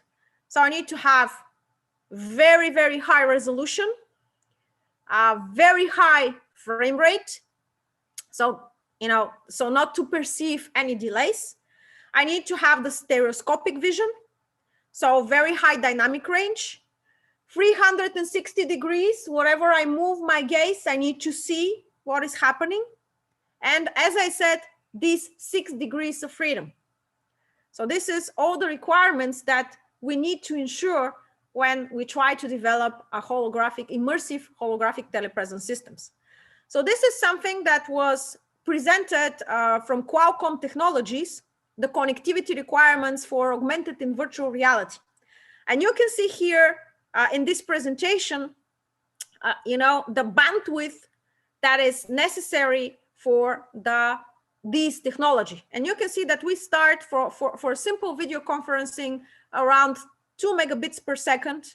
You can have a reliable video conferencing. Then if you want to have, two-way telepresence system, so you need between 5 and 25 megabits per second. Now, if you want to share 360-degree video, that currently plenty of cameras are offering this opportunity, and you can share immediately in YouTube, okay? Or 8K videos, so very high resolution videos, you need between 50 and 200 megabits. So you can see here that for 3D model and data visualization, if I want to visualize a 3D avatar, for example, we need between 2 and 20 megabits per second just for the avatar alone. Then we need to have between 10 and 50, for the current generation 360-degree 4K video. And when you add the degrees of freedom or the viewpoint, so wherever I turn my head, I have the full view, okay? So this is the requirements, and you can see between 200 and 5,000 megabits per second. And this is critical for the immersive experiences. So this was developed, as I said, from Qualcomm, presented in Qualcomm presentation in 2018. And you can see here, one of the, in comparison, what is currently offered for 4G and 5G to compare in these two technologies, if you want. So 5G has these, as I said here, 3 core advantages. So you have the ultra high speed, the ultra low latency, and the ultra large connections. And here is a brief comparison if you want to compare 5G and 4G in terms of, you know, the holographic telepresence. So you can see that 5G can achieve a rate of 10 gigabits per second, 100 times more than 4G. So the low latency, you see, you need to assure 1 millisecond. Let me give you one comparison. So for the human being, if you have a latency, for example, for the wearable device, I'm talking about augmented reality glasses or virtual reality glasses. If you have a latency more than 10 to 13 milliseconds, the person who is wearing the wearable device will start having dizziness, experiencing dizziness. It will feel bad. He or she will start to vomit. So it's not a good thing to have more than 13 milliseconds latency in virtual and augmented reality. So as you can see, you know, for the ultra low latency, so we need to have around one millisecond, you know, of latency. And the ultra large connections will assure the opportunity more people to connect at the same time and to participate in one connection. So we'll not have one or two users from one side and one or two users from another side. Imagine that we can do a holographic telepresence virtual class. So we can gather now in a virtual classroom, and we can see each other in how to say, in real life representation with our expressions. Our mouth will be moving at the same time as we speak. Our gestures will be, you know, the same. So we can see the teacher in a virtual whiteboard, and, you know, but I'm in Bulgaria and you're in India or Thailand or whatever country you're coming from. So this will be a great opportunity. Also, there is currently one application that is very much researched for the holographic telepresence, and this is in medical research. Very recently, I think in March, there was the first holographic operation that was done in China. Obviously, the Chinese are very much in advance of these technologies. They're looking in different ways how to use it in this application. And you can find some information in the internet about this holographic telepresence operation. I think it was beginning or end of March of this year that this experiment was done. So it was very, very much, as I said, new and interesting idea. So I don't know if you can see my video here. I'm going to start and I'm going to show you one of the first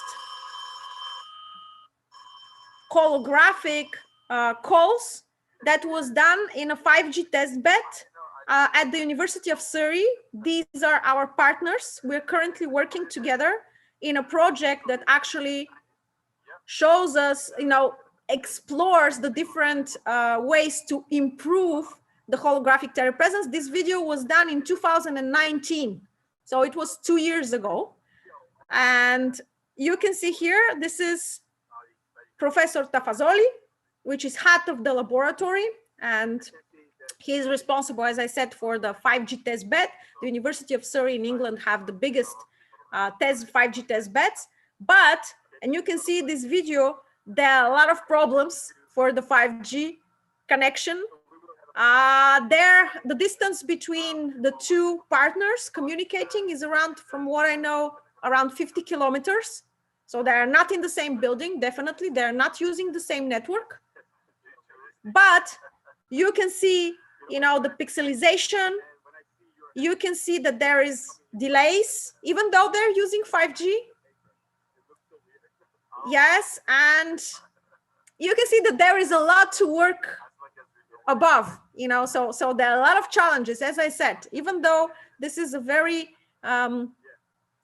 much explored, and currently everyone is exploring this area.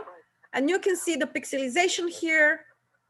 There is, you know, the missing of the face because the two correspondents are wearing this holographic devices on their hat that I showed you. This is the Microsoft HoloLens, so they can see each other. And obviously, as I said, they're using only the audio and video, so no touch is available. So what we're doing currently in TU Sofia. So let me give you a little bit of input of what we're doing currently in TU Sofia. So our goal is to develop a holographic telepresence architecture, okay, including haptics, that will address these real-time communication needs, will include this holographic architecture, will include very accurately modeling of the human face and body, will have a step for prediction of human activities or actions, and also facial expressions. You're gonna ask me why, and I'm gonna explain it to you, because this is the interesting part, and this is where you saw the problems in the previous video. This is the artificial intelligence missing from this connection.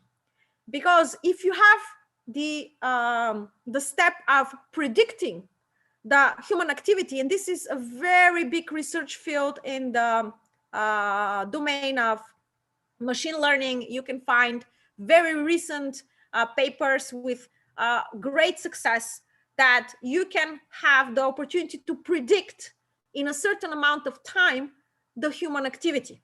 So we can use this prediction step to assure that this pixelization will not happen, because at the receiving side, I'm going to predict in a couple of milliseconds what the movement of, for example, for my hands will be, or the movement of my head will be. And if I have this prediction, I'm going to compensate this delay from one side. And this will help me to have more natural, more fluent, if you want, activity of the avatar. I'm calling it an avatar currently, but you can call it whatever you want, figure or you know, aura, or wherever it is. So, and this where, as I said, the artificial intelligence part comes, because for this you need to use deep learning neural networks with memory.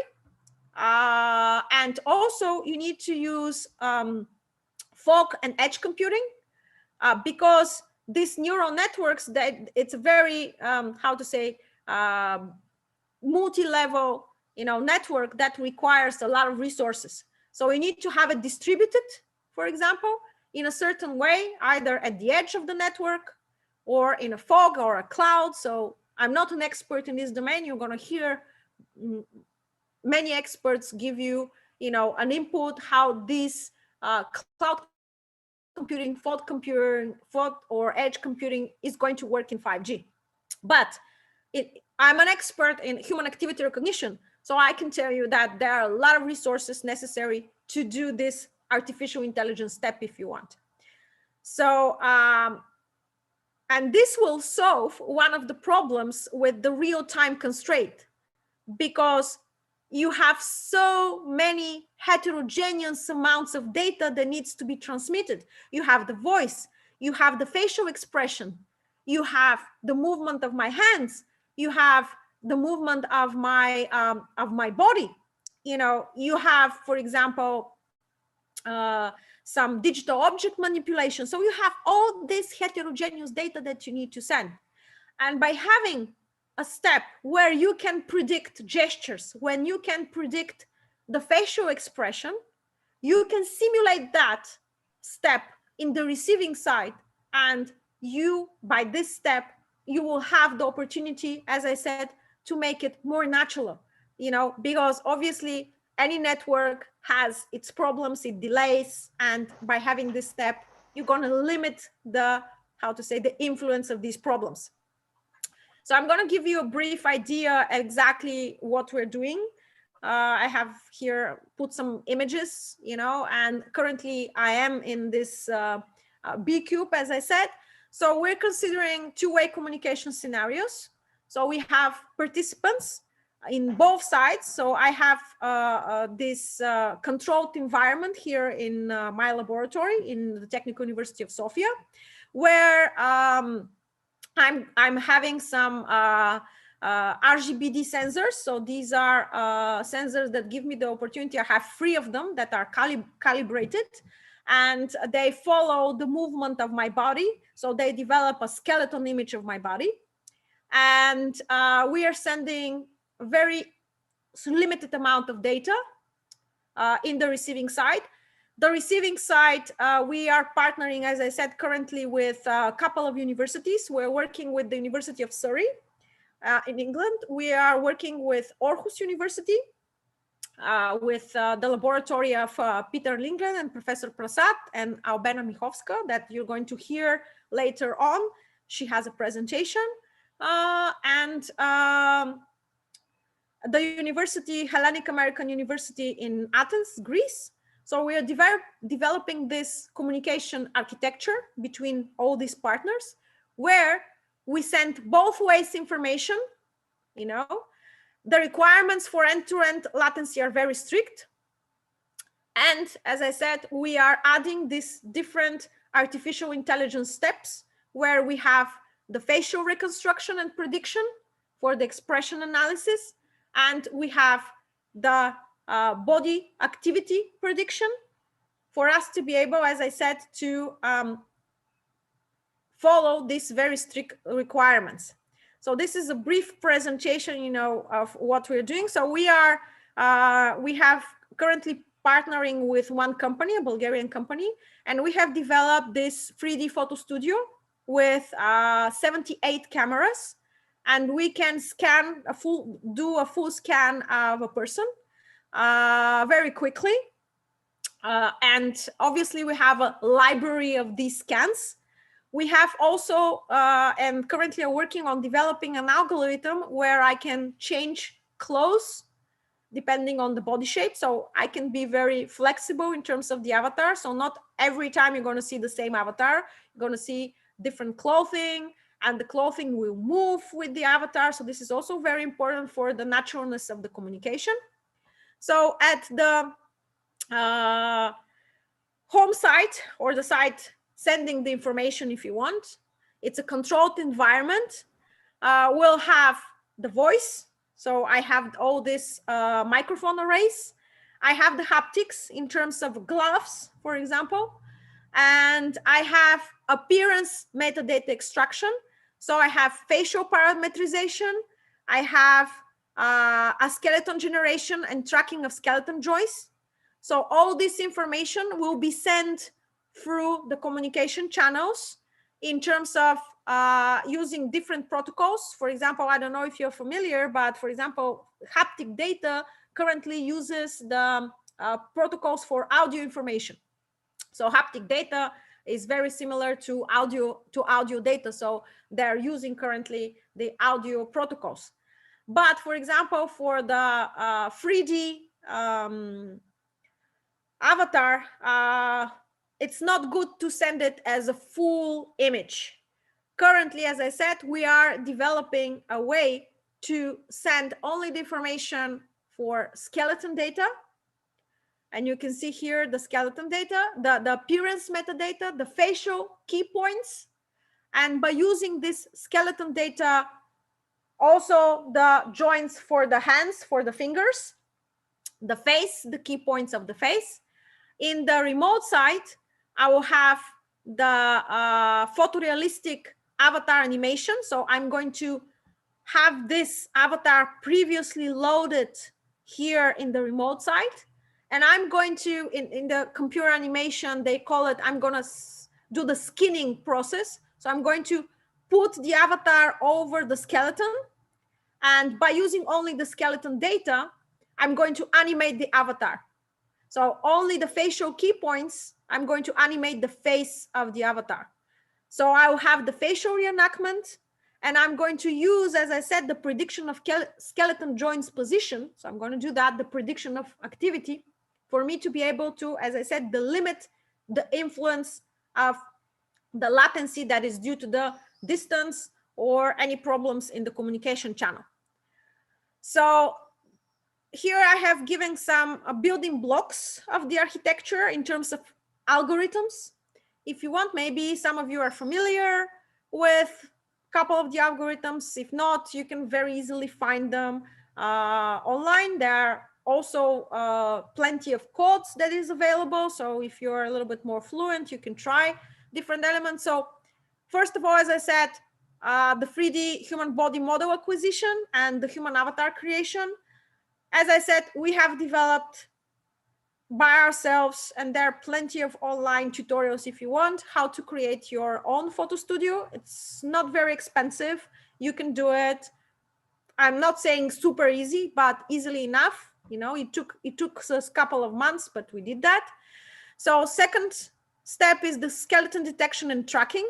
This is usually done very easily by having a standard RGBD sensor. So this is a sensor that gives you the depth information, like the Kinect sensor or other similar. There are plenty on the market currently.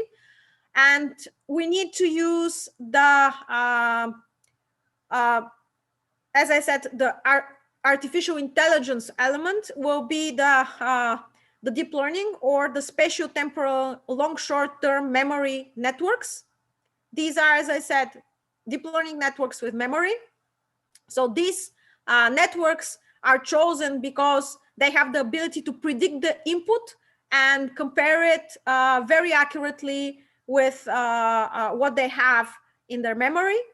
And we have the opportunity to remember or forget the contents of a certain cell, so we can minimize the error. So we need, this is our steps in terms of activity recognition, as I said, to have and to help us in later representation for the natural communication.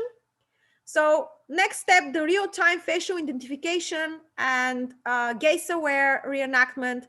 So for us to be able to automate the process, currently, when I enter the B-Cube, there is one of the sensors with a camera that is using my face to identify me and to find in the library my avatar, because I have my avatar, for example. After the identification, because it has my face, you know, I have pre-recorded images and videos of my face. I'm going to use this facial data in terms of facial key points to simulate the movement of my face, because let me show you, when I wear the glasses, you see half of my face. You don't see, for example, my eyes.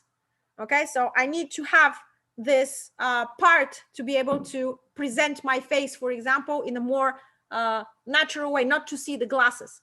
So you're going to see my full face. And also there is a very, how to say, interesting step where you combine the movement of the mouth of the avatar with the current speech that you're doing. This is very well developed from Microsoft. So you have that. You can find also some videos online of what they're currently doing. And the photorealistic real-time animation of the avatar, as I said, you combine these different computer animation technologies, the rigging with the captured skeleton hierarchy, the appropriate texture maps, because as I said, we should be able to change clothes, and clothes are certain types of texture. So, you know, you have the wrinkles, you have the change of light, you know, so everything also depends on the body structure. So some of us are very skinny, other are a little bit more, you know, on the chubby side. So you have different types of forms. So you should be able to, you know, change the clothes depending on the body form. And as I said, by basing, by using all these different technologies, you can devise a photorealistic real-time animation of the avatar. Here is the data, the clothing capture. I'm not going to re-explain it. So what about the haptics? As I said, the haptics are not so well developed in terms of audio and video, but still there are a lot of research. Either you use, as I said, the glove, which is the easiest thing to do, and you can do your own glove if you want with a couple of small cheap sensors to feel the application of force, to feel the texture, the sense of bending the fingers, the movement of the hand. So for example, if you want to shake hands, as you saw in the video, you can actually feel, you know, the hand of your opponent from the other side. Again, you should be wearing, as I said, the gloves. The data, as I said, is very similar to audio. So currently, there are not so many challenges, as I said, in terms of data transmission, because audio, obviously, it's in a very good way developed, but still some challenges in terms of haptic, because the technology by itself is how to simulate the feelings, not so much the data by itself. And probably Professor Prasad this morning talked a little bit about the real-time human bond communication. This is actually everything combined in this system. I'm calling it a fixed backbone system that is installed in both the home and the remote site. So, and you use all your senses, you know, to achieve this human bond communication. So all the 5 senses. This is something for the future development, but I think taking into account that now technology is in such a way developed that we can expect maybe in a year or 2 to be able to add at least the sense of smell, which is a little bit more developed than the sense of taste, because the goal is also to have this system that is not obtrusive. So you cannot wear too many things on your face. It's not going to be very comfortable. But as I said, taking into account where the world is moving, and we need to think ways to make it as natural as we can. So this is, you know, a brief scheme of what is happening. This is the B cube, you know, and inside this B cube, I said that we have these RGBD or Kinect sensors that are calibrated, and we have our user with the glove, you know, wearing the glasses, the headset, sorry. So we have all this data that is sent through the channel, and we have in the remote side, you can see the microphone arrays, again, the Kinect sensors, everyone is wearing the gloves and the glasses, and we communicate in real time as close as possible to natural, you know, without taking into account, as I said, not all 5 senses are included, but still, you know, we have the opportunity to try this and to, you know, go to the next level in personal communication. So I'm giving here a brief, in this slide, a brief explanation what is the B cube, but probably my colleagues from Aarhus will talk a little bit more about that. But the goal, we use the B cubes as a controlled environment. This is, you can see here, this is closed wall environment where I can control my light, I can control my sound. I have a limited space, so this is around a hexagonal with around 3 meters in diagonal. So I'm limited in space, so I cannot go in another room, obviously. And this controlled environment will help me a lot, because I'm not going to send through the communication channel the background. I have the same background in the remote site. So that's why I'm presenting here this use case scenario, because this controlled environment is actually very much helping me, you know, in limiting the amount of heterogeneous data that I need to send through the channel. So what are the main attributes of this architecture? As I said, it will allow the user to interact practically in real time, anywhere, anytime, with anybody. It will offer the personal interactivity. So you have the gaze tracking, because the Microsoft HoloLens 2 has the gaze tracking. So you can follow, you know, wherever your interlocutor is looking, you're going to share, you know, together. And as I said, it will limit the time of sending data and processing data. And as you saw in the video from 2018, even in 5G, that is a challenge, the realness of the avatars and the realness of the interaction. So a lot of challenges, here I have just set a couple of them. This is not exhaustive list, but currently we're looking at different compression techniques for haptic, audio, and appearance metadata. So this is very important. How to maintain the quality of experience and the quality of task. Quality of experience, you know, it's a really, really hard thing to measure because it's a subjective. So we need to find ways, you know, to measure the quality of experience. Okay. One of the problems we're currently encountering is the aggregation and management of data streams in real time to allow this seamless communication between all the users. So how to identify a rate adaptation mechanism, you know, how to minimize the lag spikes and dropouts, you know, and the prediction step, as I said, it's not an easy thing to do in terms of predicting the human activity.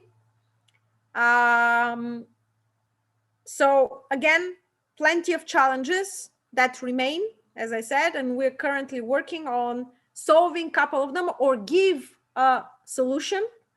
It's not going to be maybe the perfect solution, but in the context of the communication between two controlled environments, we think that this will give us the opportunity to, you know, show that this is a viable system that can be done by anyone, you know. So the thing is that I'm not going to use expensive sensors, you know, excluding currently the holographic headset, you know, all the other elements are, everyone can buy them, you know, and you can develop the, you know, you can develop your own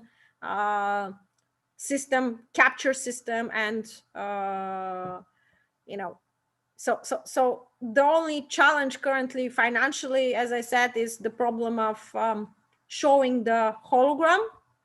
And as I said, one of the options is the headset.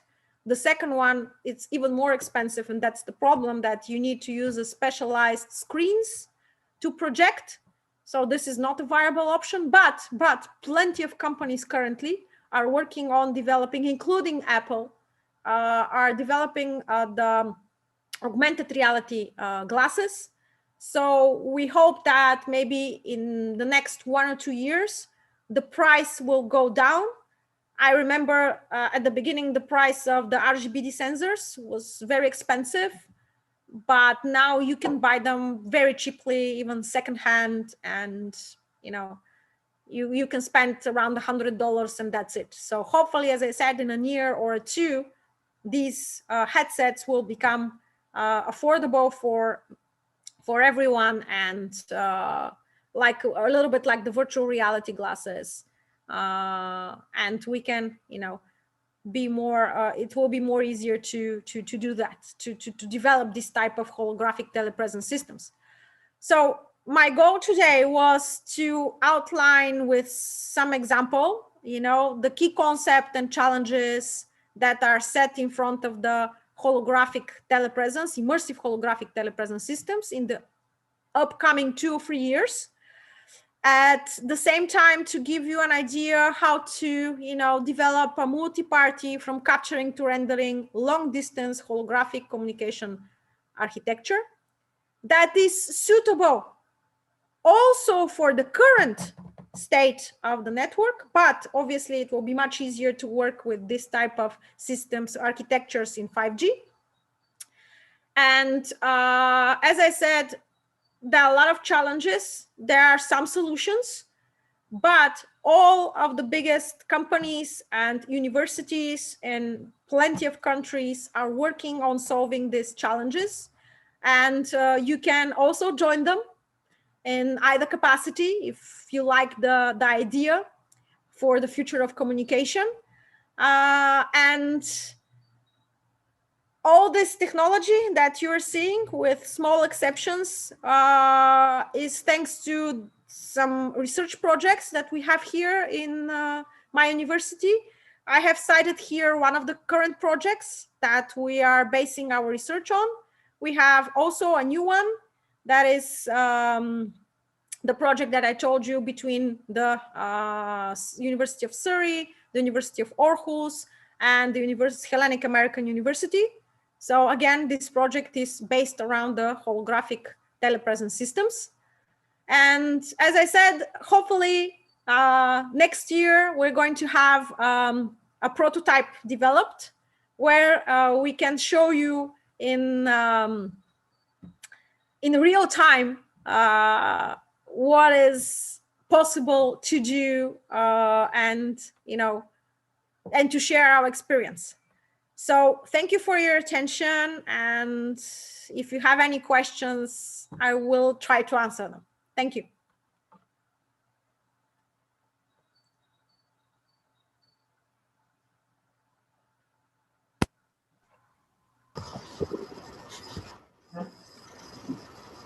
I request participants to ask a few questions to ma'am. Yes, of course. It will be a pleasure. Hello, Agata. Yes. Vandana here. Great presentation. Very nice to talk you on holographic, telepresence. And I remember when we met in Thailand conference, there was also you were based. I have one question regarding this. In these telepresence, we are almost there for touch. We are working. That is a third sensor. After audio, video, this is touch. You have something told about taste also and smell also, but I want to hear more about these two senses, like if some work has done by somebody or you have come across. Yes, very recently I read there is a publication in National Geographic, and I saw the video. I can send to Soumya the links. There is a Japanese scientist who has succeeded in digitizing the sense of taste with very cheap sensors, and they're hoping that they can marketing this product. The problem is obviously that you need to put on your tongue some sensors, but it was very recent. It was from February, March 2021. Until then, very few things were done in terms of taste. There are some research based on smell, but as I said, the problem is that how to digitize it. It's not so much the problem of recreating it, because we have the opportunity, because of the food industry, to recreate every taste almost. You have the smell of, different flowers, etc. But the problem is how to digitize, this sense of taste and smell. But I'm going to send you, it's very recent. I was very interested, and I didn't think that, because as I said, I don't know anyone who is working in this research domain. So I didn't think to include it in the presentation, but definitely I will send the link of this paper. I have it because I gave it to my students as an example. What is the development in terms of digitizing smell and taste? So I have the link. I will find it and I will send it. Yes, please, Agata. Please send to Soumya, or I'll write you separate email. You can answer to that. Yes, thank you so much. Thank you.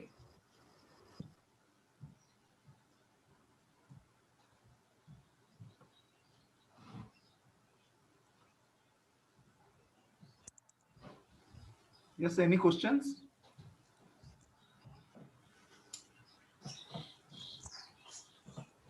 Камерата ми работи, бе. Махни се. Okay, ma'am. I think there are no questions. So over to Annapurna, ma'am. Thank you, ma'am. Thank you. Thank you. During this wonderful session, you have made our participants to learn about virtual reality, augmented reality in 5G technology, two-way real-time holographic telepresence, and the holographic communication challenges available. This would really help them to pursue research in this emerging technology. Thank you once again. Thank you. We wish to hear from you again and again. It will be my pleasure. Do not hesitate. Thank you, ma'am. Thank you. Thank you. With this, we have reached at the end of day 1.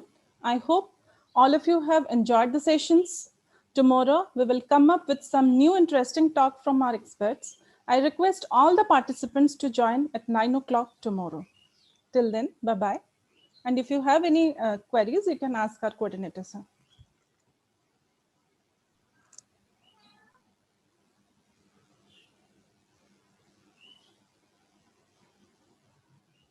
Okay, I think we must close this session. So thank you, Annapurna ma'am. Thank you, Vandana ma'am. Thank you, sir. So, Pritam, I request you to please close the Zoom. Pritam, I request you to please end the Zoom meeting.